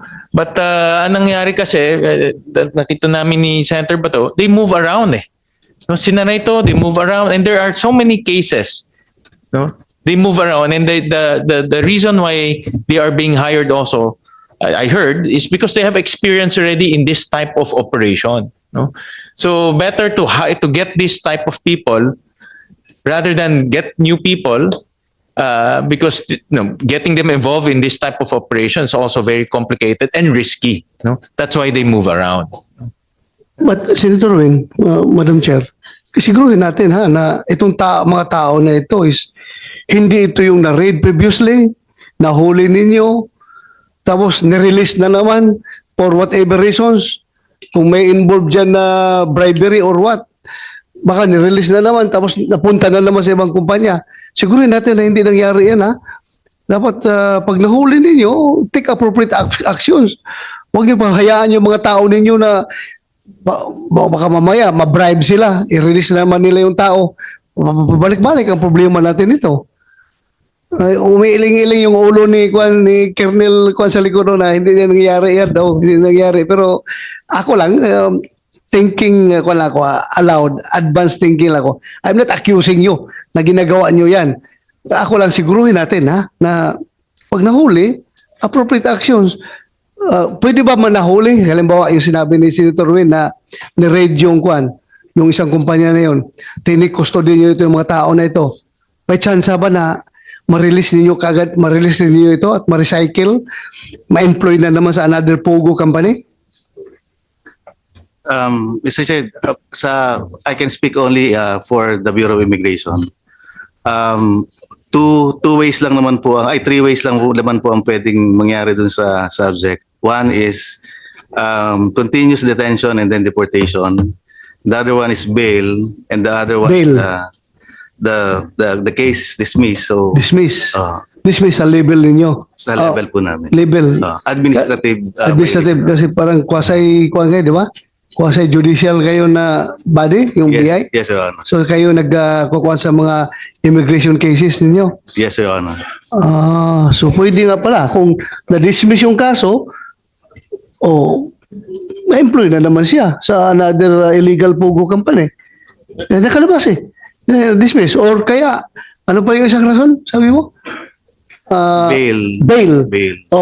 Pag on bail siya, hindi naman magtanong yung employer na ang importante niya, meron siya physical body na marunong mag-Mandarin na magamit niya sa kanyang operations.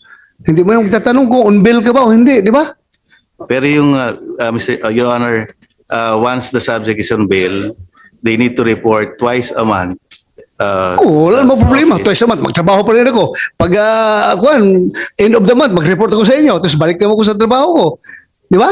Yes, Your Honor. So, ako, paano natin ito, Madam Chair, isolve ang problema? Dahil pabalik-balik Pabalik-balik. I'm not sure if you've asked, if one of the gentlemen have asked the question, but yung ganun nga na na-raid na, yung employees ba niya, are they put on some kind of a watch list? Like just a watch list, may ganun ba? Natanong ba yun? Yeah, sorry, I know you were raising your hand, but can I just get a quick answer on this one? Mr. Manahan? Are they put on some kind of watch list? Yes, Madam Chair. Once na ma-charge po, na immigration charge ang subject. No. Hindi siya na-charge. Yung company man lang niya. So if the company was raided, do we have a mechanism kung saan yung mga foreign employees doon are somehow put on a watch list? I'm not saying i-deport mo dahil wala namang nakumit pa na crime, pero yung watch list ba? Kasi nga paikot-ikot nga. And these two gentlemen have kept on saying it. I parang haven't really heard. They're dumbfounded about our lack of doing something about it. So naisip ko na nga na may ganun ba? May watch list? Kasi otherwise, how do we get to a solution? Yes, Your Honor. One example po yung one of the four big operations po that was conducted last year. Meron hong mga subjects found on the site na na-charge, na-detain, and then na-deport. Or pag victims allow departure order ng Bureau. So well accounted po sila, Madam Chair. Pero at that time na ginawa yung operation, meron pa hong mga employees yung subject company na wala po sa building. So may action din pong ginawa ang Bureau doon kasi nakita po natin na under that company which was recently canceled by the PAGCOR, meron pa hong mga ibang employees na wala ho doon sa operation. So what the BI did, kinancel na rin po at nirevoke na rin po yung mga visas and the ACRI cards, chinarge na po yung mga yon at nilagay po sa watch list. yung mga things. Telling me us that that's the SOP na. Yes po. Okay, if you have that in some kind of guidelines or ano nyo, policy ano nyo, just share it with us. I'd like to recognize our Senate President. Thank you. As you know, I included in my opening statement that the Senate President had made note of all these reports and had immediately referred it to the Blue Ribbon Committee as early as last year when we had our budget session. Mr. President, the floor is yours if you'd like to say something. No. But I'm taking note, Attorney Tejano, you're next. But of course, we give way to the Senate President. Thank you very much, our dear chairperson. Ma'am, thank you so much for having this. I know you're very busy and we just wanted to take this opportunity to be able to iron out certain things, particularly with the issuance of mga public documents. I'd like to also say thank you to Senator Sherwin and Senator Bato de la Rosa for taking a strong stand on this issue. Sorry for being late, ma'am. There's a whole school here. My daughter's school is here. I'm the host. I know. That's the commission appointments. It all started, gentlemen, ladies, pleasant good afternoon to all sa ating mga kawani ng gobyerno. Magandang hapon po. It all started when I've been getting complaints, particularly on and I'll just put it bluntly, Chinese nationals having Filipino not just passports, pati PhilHealth card. Meron pa mga PWD cards and all sorts of local senior citizen cards, which they use as a local ID. It becomes a local ID.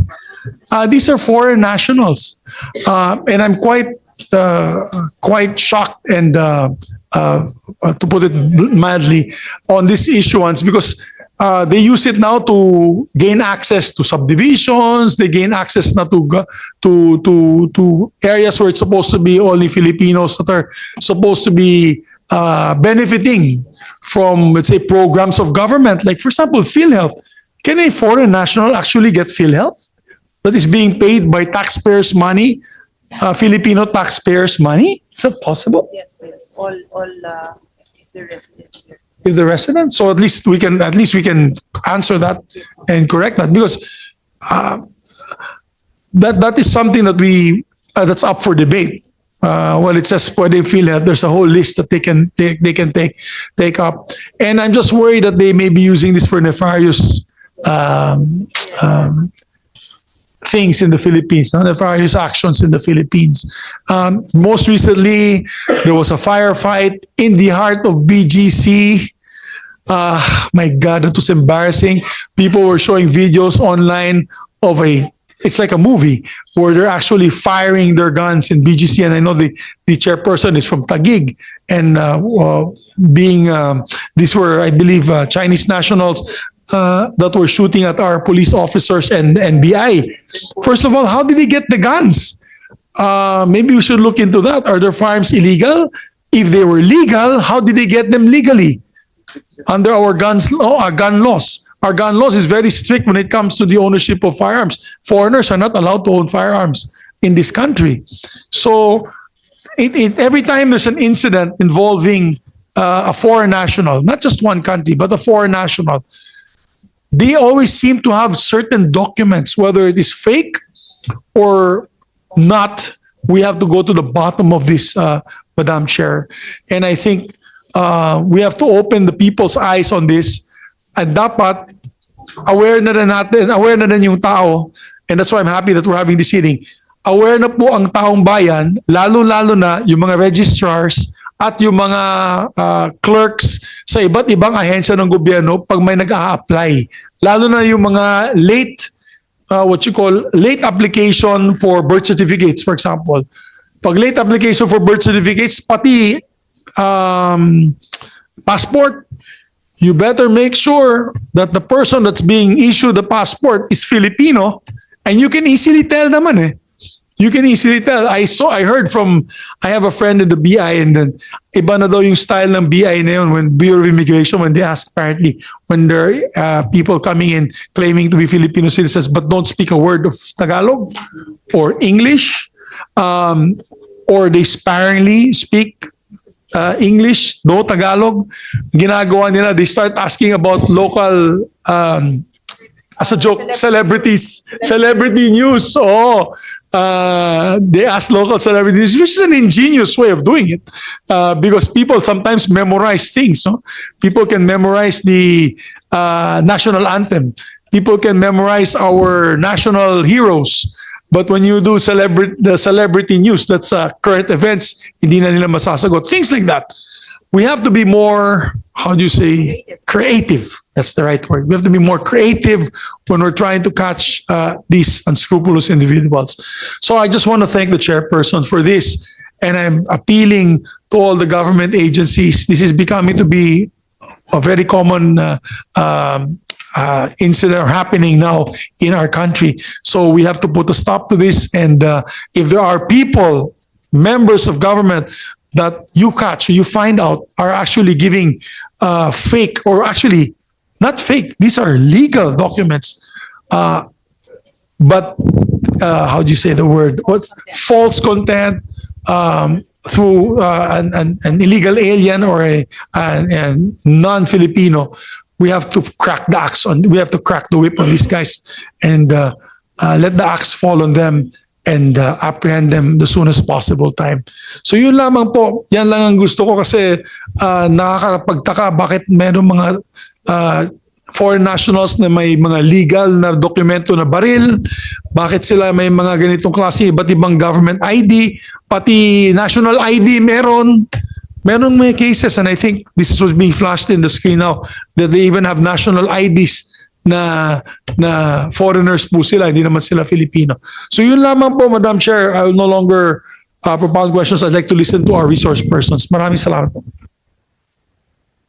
Thank you, Mr. President. We appreciate the support, and we know that this is really an issue that you have initiated. And actually, before you arrived, we were pointing out that some of the information that was shared with us, we know they had started the investigation precisely because of the information that came out during our budget hearings. Yeah.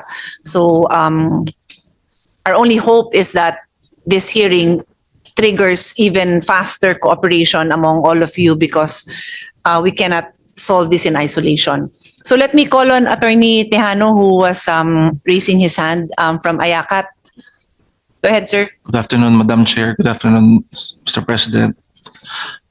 Ma'am, during our raids, 4 raids actually, of these foreign individuals in Pogos, we actually would have physical custody of the whole foreign nationals, of the whole building, and they will be subjected, all of them, Your Honor, to deportation or repatriation, usually shouldered by some of them by the embassies or their employers. However, those who were issued with habeas corpus, or those cases which has been filed with habeas corpus, sila po yung nare-release na foreign individuals, or those material witnesses that we have in our custody sa tip center, doon po sila. But all of them, Your Honors, are blacklisted and not allowed to come back to the Philippines. I'm curious, who files a case of habeas corpus on their behalf? Yung employer nila, asawa nila, sino kaya? Mga lawyers po nila, Your Honor. They have actual lawyers.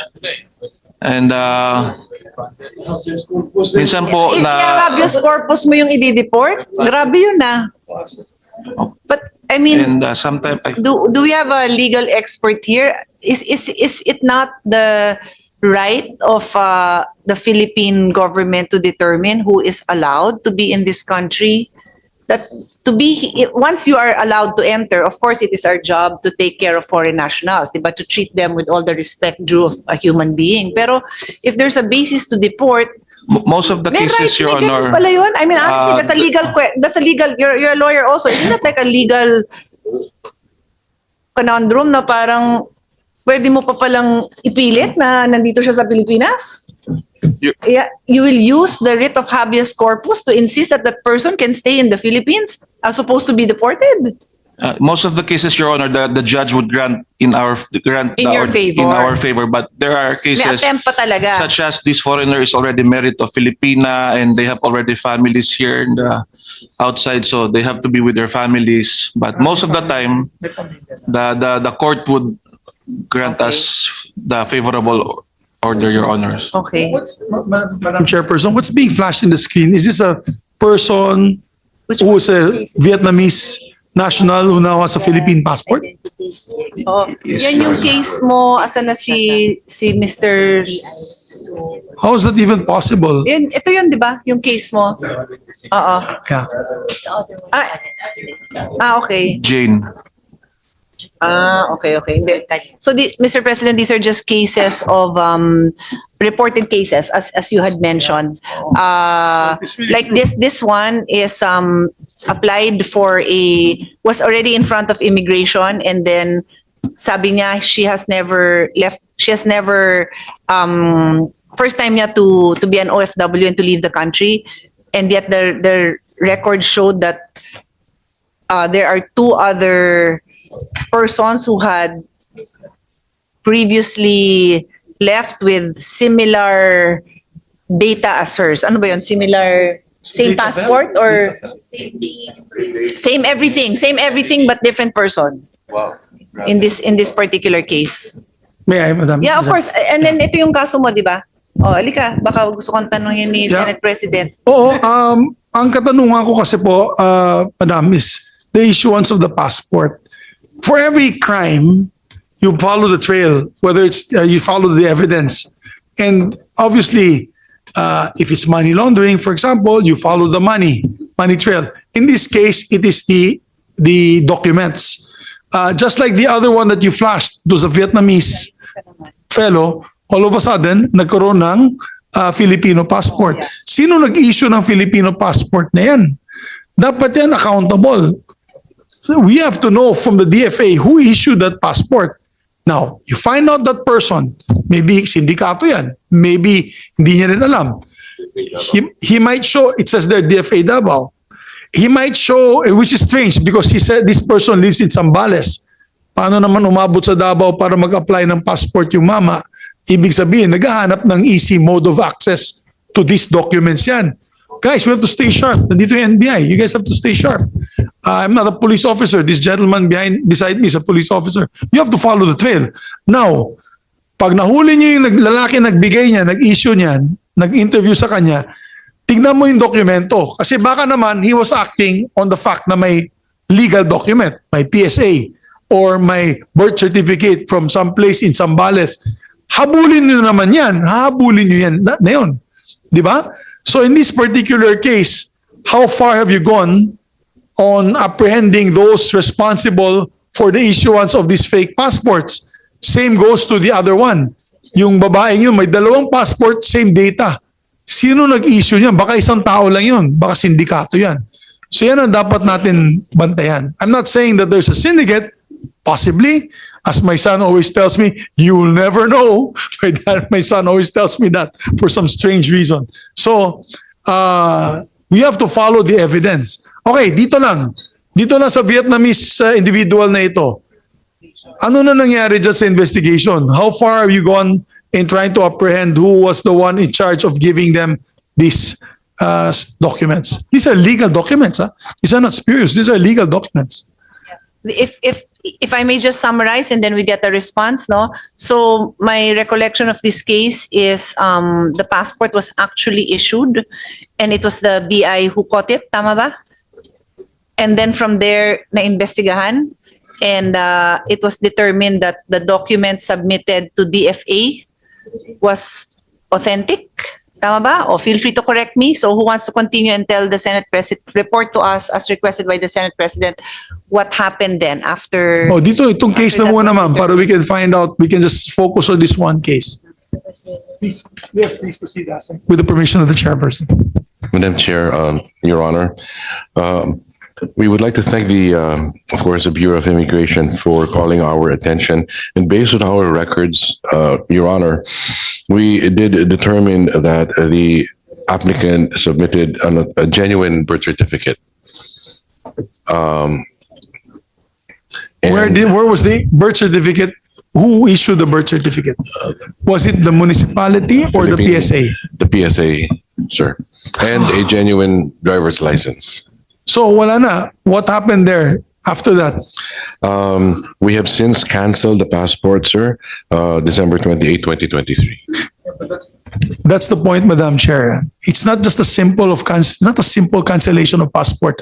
If this happened in the United States, oh my God, the U.S. Homeland Security is going to run after you and whoever issued that document.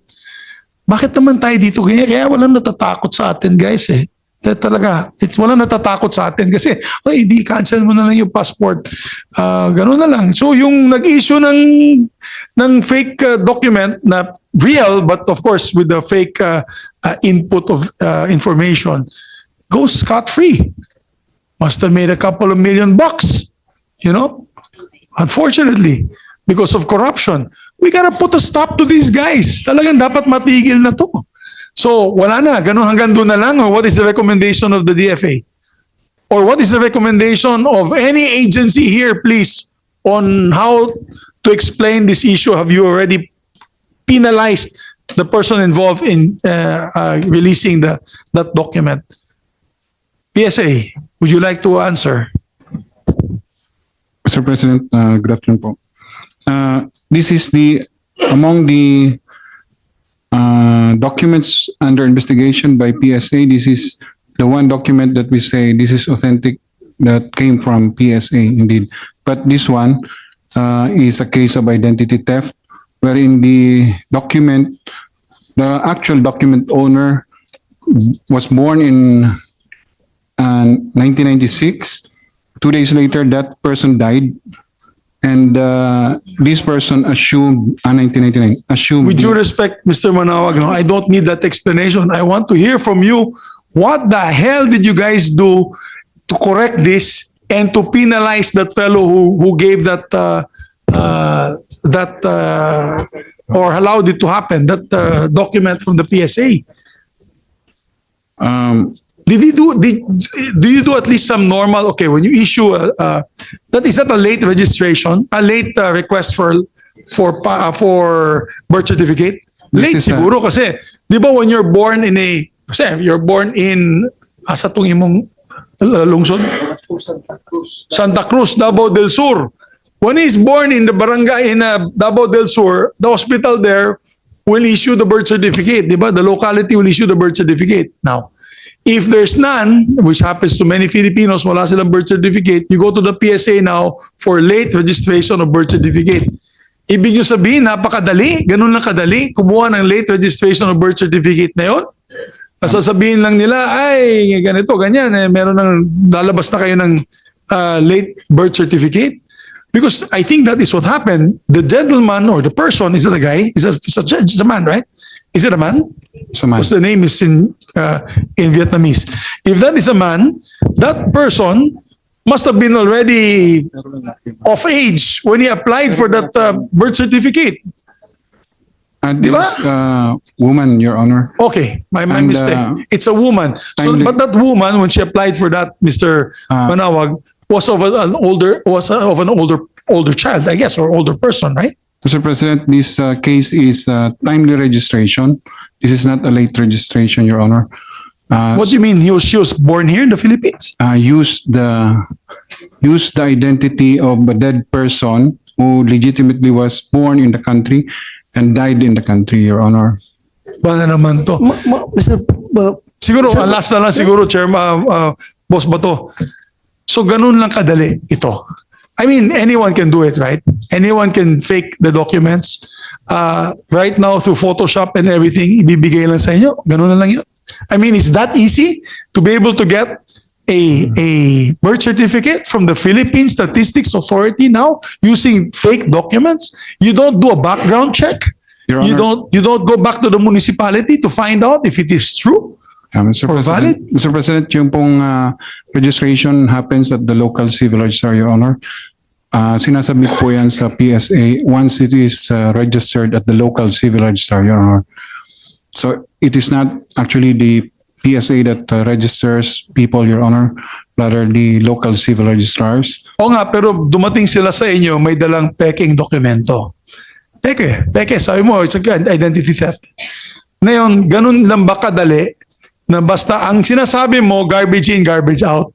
Ang sinasabi mo, wala kaming magawa pag dinala yung dokumento sa amin na merong ganitong mga detalye, ay lalabas na namin yung birth certificate na late registrant.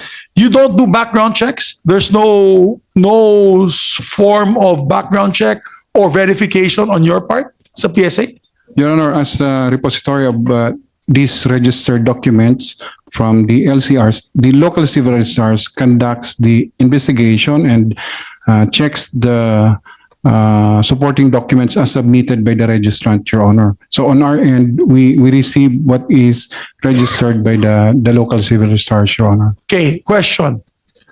Alam ba na locals, right now in this investigation, alam ba na local civil registrar na ginamit yung mga dokumento nila? Napatay na yung tao, ginamit ng itong buhay. Your Honor, the PSA conducted investigation and asked our officials to go to the local civil registrar to verify on the documents required by the local civil registrars on accepting this registration. And the results of the investigation has been discussed earlier, but we will submit it to the committee. Another question. Which local registrar was this person, were the documents coming from for this person, this particular person? This one is from Zambales, Santa Cruz, Zambales, Your Honor. Santa Cruz, Zambales. For your information, Mr. President, we asked them to identify the top 3. They have a list, no? You have a list. You gave us a list. They investigated the top 3 locations where they have the most late registration of birth. Late because, unlike in this particular case, most of the cases we're investigating are the late registration. So they identified Pasig, Davao del Sur, and what was the third? Manila. And they have a list. They have other lists. So anyway, we were just saying that without this hearing, we expect that they would be proceeding exactly as the Senate President was saying. No? That was our point na sana hindi kami kailangan mag-hearing to ensure that all of the necessary steps, not just to resolve that one case, but that they do not happen, because wala pa rin akong narinig sa inyo kung sino ang naimbestigahan at sino ang matatanggal, unless you just didn't volunteer that information. You're both raising your hand. So si Ase Cruz naman. Thank you, Madam Chair. In fairness po, it was the PSA who assisted us in determining the statistics. Yes, ma'am. And the figures that we came out with, those were used by suspected foreign nationals po, who applied for Philippine passports. But I'm saying, nahanap nyo together, pero yung opinion nyo, as you have been saying it, is ang may jurisdiction doon is their LGU, Mr. President, because the civil registers are under the jurisdiction of their LGUs. What we have been saying is that they have supervisorial powers over the civil registrar. So you have to be the ones to implement or to, hindi pwedeng kayo ang magsisante dun sa tao, pero pwede nyong i-recommend na kasuhan yon, di ba? So that's what we're waiting for. Yeah. Madam Chair, kasi ang gusto natin ang kalalabasan sana ng committee hearing na ito ay makakapatupad tayo ng batas, nagagawa tayo ng batas on increasing the penalties and criminal liabilities of not only these individuals, but also the government agencies who release these documents.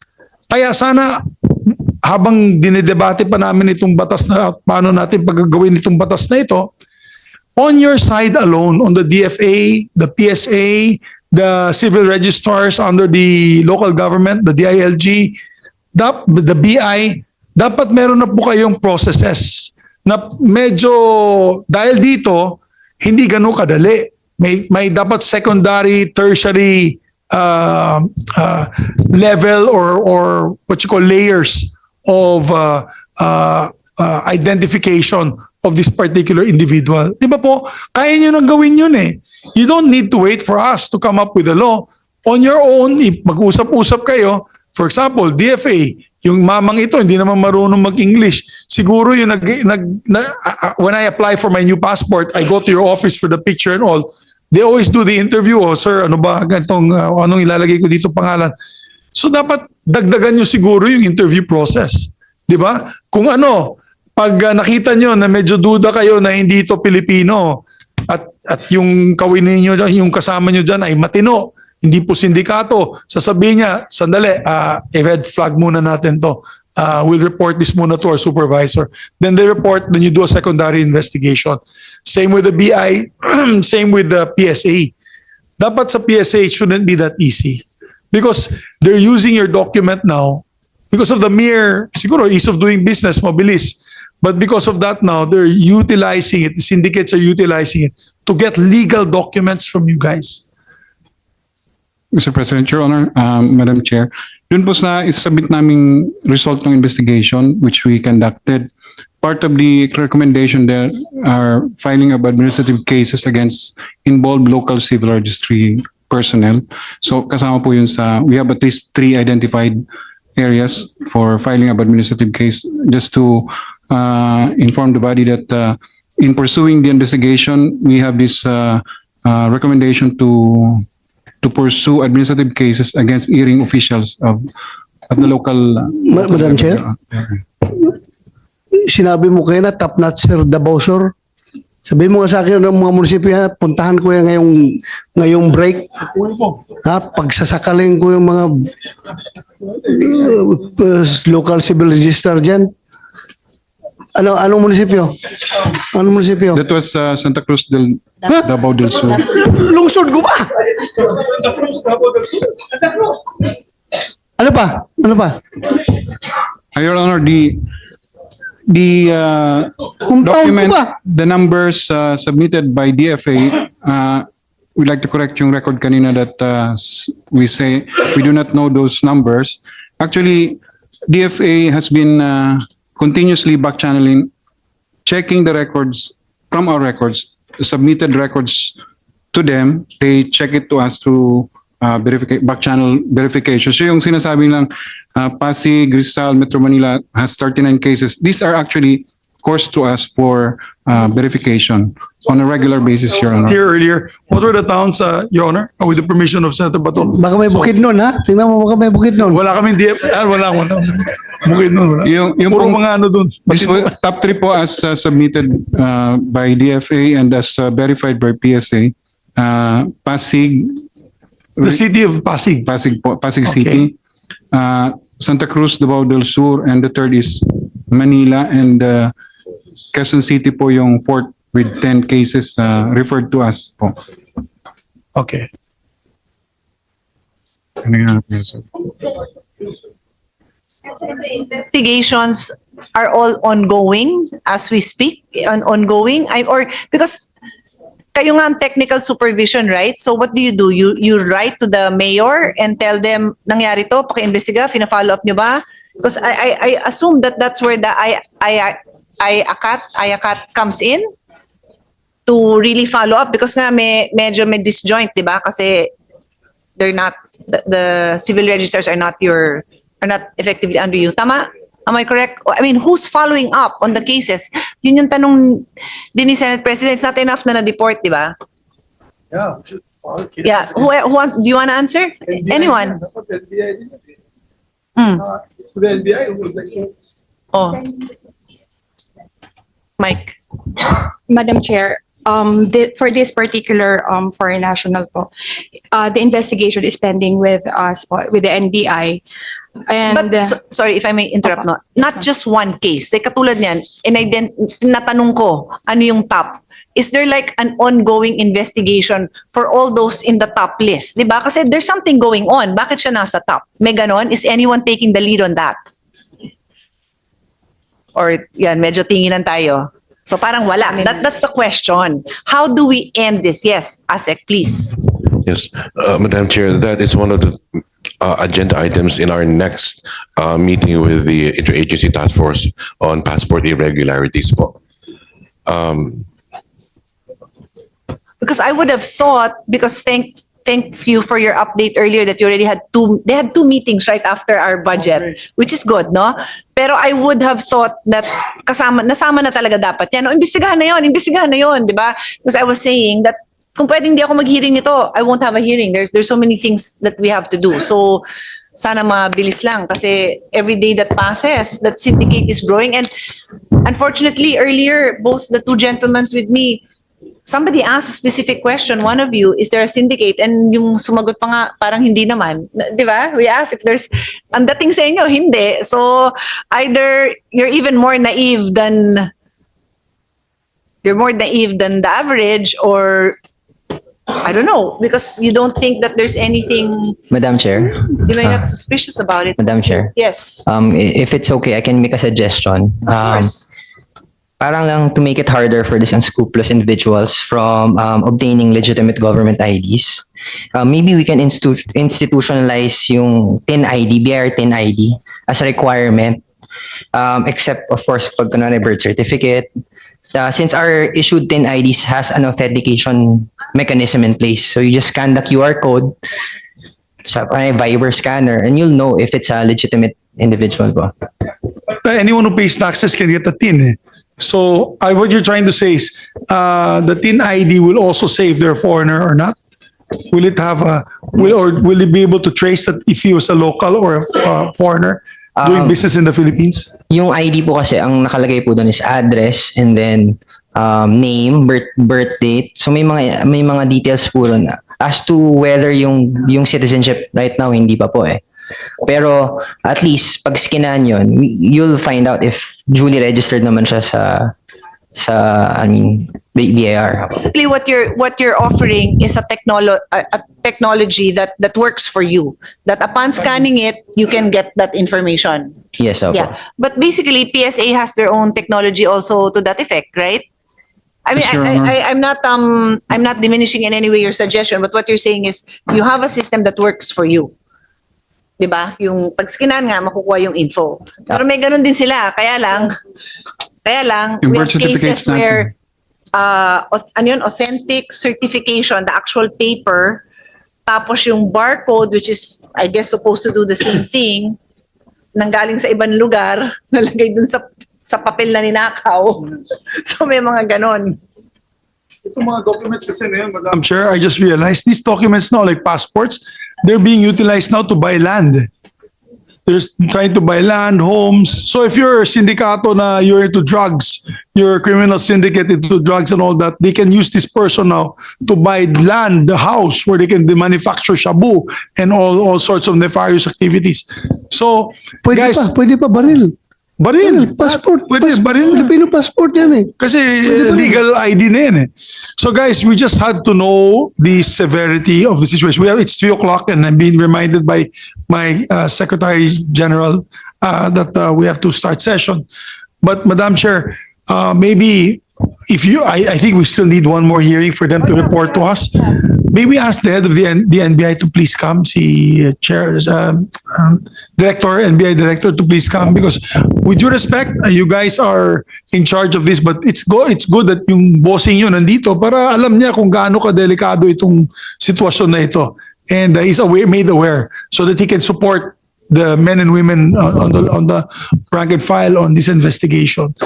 So after this meeting, I hope that you can already push for policy that can put a stop, another layer of investigation to make sure that the people that are getting these documents are the real, authentic Filipinos. Hindi katulad nito. You know, initially when we brought this up, remember, Madam Chair, when we brought this up during the budget hearing, they were in denial. The agencies were in denial. They were in denial. Even with due respect, pati NBI, tinext ko sila. Ang sabi, wala pa sila mga kaso na that they're aware of. And na yun, ang dami na pala. 21 na sa Davao del Sur, sa Pasig. Ilan? Sa Pasig? 30, ilang kaso dyan? Nabigay ko sa yung listahan, boss. 39 na sa Pasig. 39 Pasig. And these are the ones that so far we've caught. Baka marami pa dyan na hindi nahuhuli. Hindi pa nahuhuli. Sindikato na ito.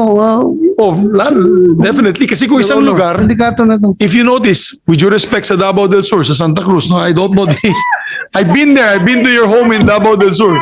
Wala akong kilala doon. Si Tata Sala ba? Si Mayor Tata Sala ba? Hala. Si Mayor Sala, kaibigan ko. So, you know, if it happens in one particular place, there's a possibility that this guy who was able to get that will tell now somebody else, dun ka pumunta kasi madaling kumuha niyan. Ganun yun. Di sindikato na yan. Oh, sindikato na yan. Come on, guys. Kawani tayo ng gobyerno dito. We have to do our best to make this, not make this happen. It's an embarrassment to these agencies. So thank you, Madam Chair. No, I think the PSA would like to react. Mr. But, President, thank you, ma'am. Madam Chair, on the question on what future policy, kasi at the moment we are in discuss, we've been asked by House of Representatives to comment on a bill, the Civil Registration and Vital Statistics Bill. This is basically to amend the 1931 law creating the civil registration law in the country. So it's an old law that needs to, basically that law do not give power to NSO then to PSA now to penalize local civil registrar. What we can, the farthest that we can do is to recommend to the local chief executive to act or to penalize or to administratively sanction the local civil registrar. But on the part of the PSA, what we can do after investigation is to put them. So basically, the law, the bill is seeking to increase that power of PSA to penalize, to put them under the Philippine Statistics Authority's rule, and also part of the is to add penalties on erring implementers of civil registration law. It also deals on digitalization of the system so that this, in coordination with the other agencies that require our, yes. For the record, we'll probably craft a more comprehensive law, not just amendments to the Civil Registry Act. It should be all-encompassing, from the DFA to the PSA to the BI to the civil registrars. Lahat na nagbibigay nito, pati yung mga nagbibigay ng fake PhilHealth, pati yung nagbibigay ng fake PWD, yung hindi naman PWD na bibigyan ng PWD card. I mean, we will come up with a more comprehensive measure. Yeah, we will also involve the PSA and all the agencies in the TWG. Thank you very much, Mr. Let me recognize the presence of Senator Amy Marcos. Senator Amy, the Senate President says we will go into session, but I will give you the floor. I will give you the floor. Really? I'm just here to listen. Thank you. I know you're wrapping up. Thank you. Okay, but I mean, by all means, huh? So because we are wrapping up, but you're okay. The problem of the fake IDs. Thank you. That are proliferating throughout the Philippines for every sector, in fact. Wala naman sa Ilocos na nabibigay ng fake ID. Hindi, maraming fake PWD. Yung ID, totoo. Yung ID, totoo. Pero yung tao, hindi talaga PWD. Racket ng LGU pa.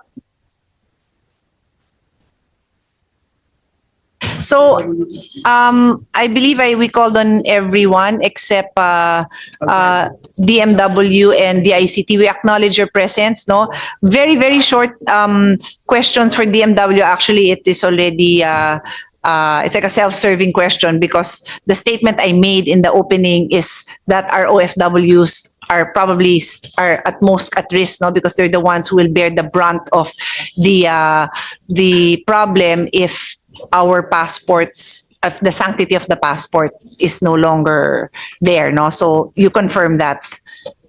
We confirm that, Madam Chair, and in fact, we have one live case where the identity of an OFW was quote-unquote stolen, and therefore she attempted to leave the country last January on an authentic passport. But upon verification, the record showed that she has actually left the country twice before on the same credentials, but obviously fraudulently obtained. So on our part po, when this happens, we immediately cancel the license of the agency involved for immediate action on our part.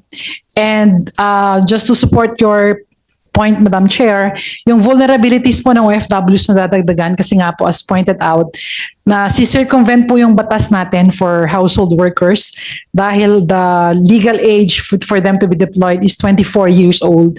So dito, Madam, pumapasok yung kalokohan na tinaakit ang edad and therefore kung mas bata po talaga actually, mas vulnerable po yung ating OFW. So kasama po kami dun sa quote-unquote nabibiktima nung ating ganitong klaseng operations. But we work very closely with BI and we thank you for the support. Thank you, Madam Chair.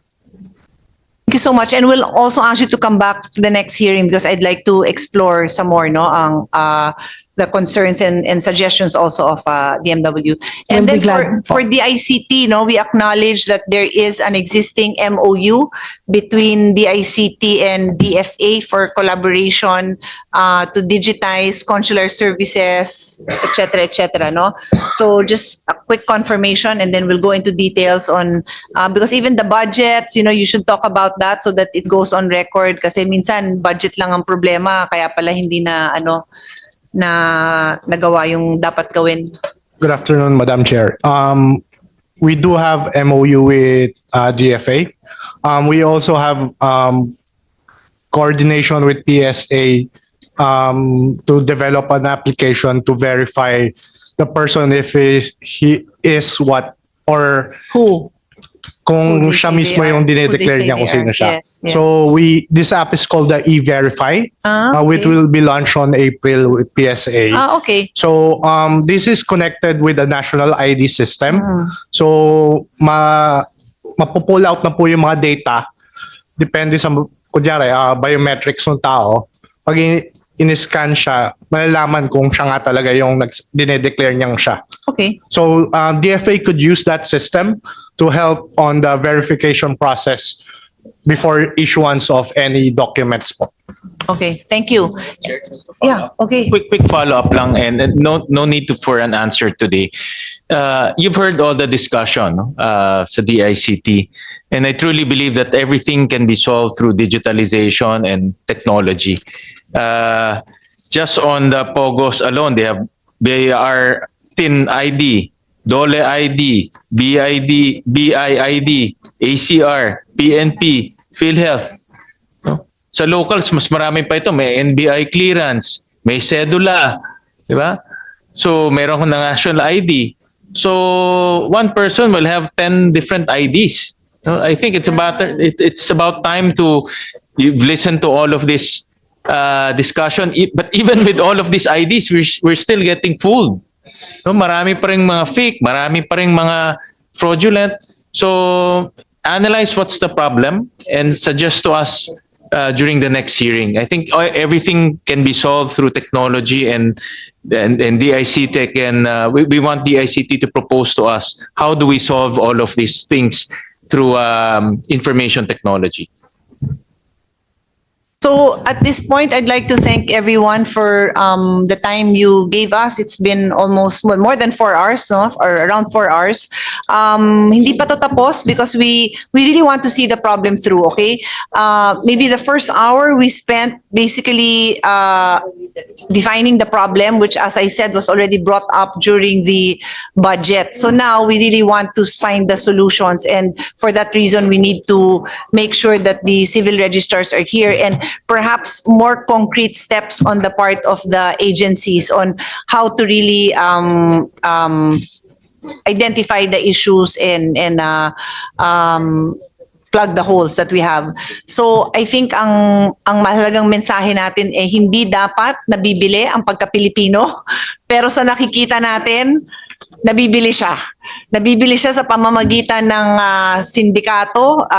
Kami po doon lang sa konting kwentuhan, parang conclusion natin is mukha namang may sindikato dahil may mga lugar na doon maraming nagre-register ng late birth, yung adult na sila, may edad na sila, saka pa lang sila magpaparegister. Tapos, hindi naman sa bias, pero tinanong ng ating kasamahan, ano ba yung mga nationality nun? Karamihan, lumabas na Chinese. And then, ang isa nating kasamahan, marami ng investigation sa mga POGO. So, it was brought up na ang ang foreigner, hindi siya makakabili ng lupa, pero kung may hawak ka na Philippine birth certificate and passport, then makakabili ka ng lupa. Paano kung gumising na lang tayo isang araw na hawak na nitong mga Pilipino daw sila, hawak na nila ang lupa. And we all know, especially those who've been in the LGU, nako, once na umpisan yung land problems, that's another problem that cannot be resolved in one generation. It cannot. So, paano na tayo? So, yun ang pinakamahalaga. And ang kinikilala nating most at risk ay yung ng mga OFW dahil baka maharang ka sa paglabas ng bansa.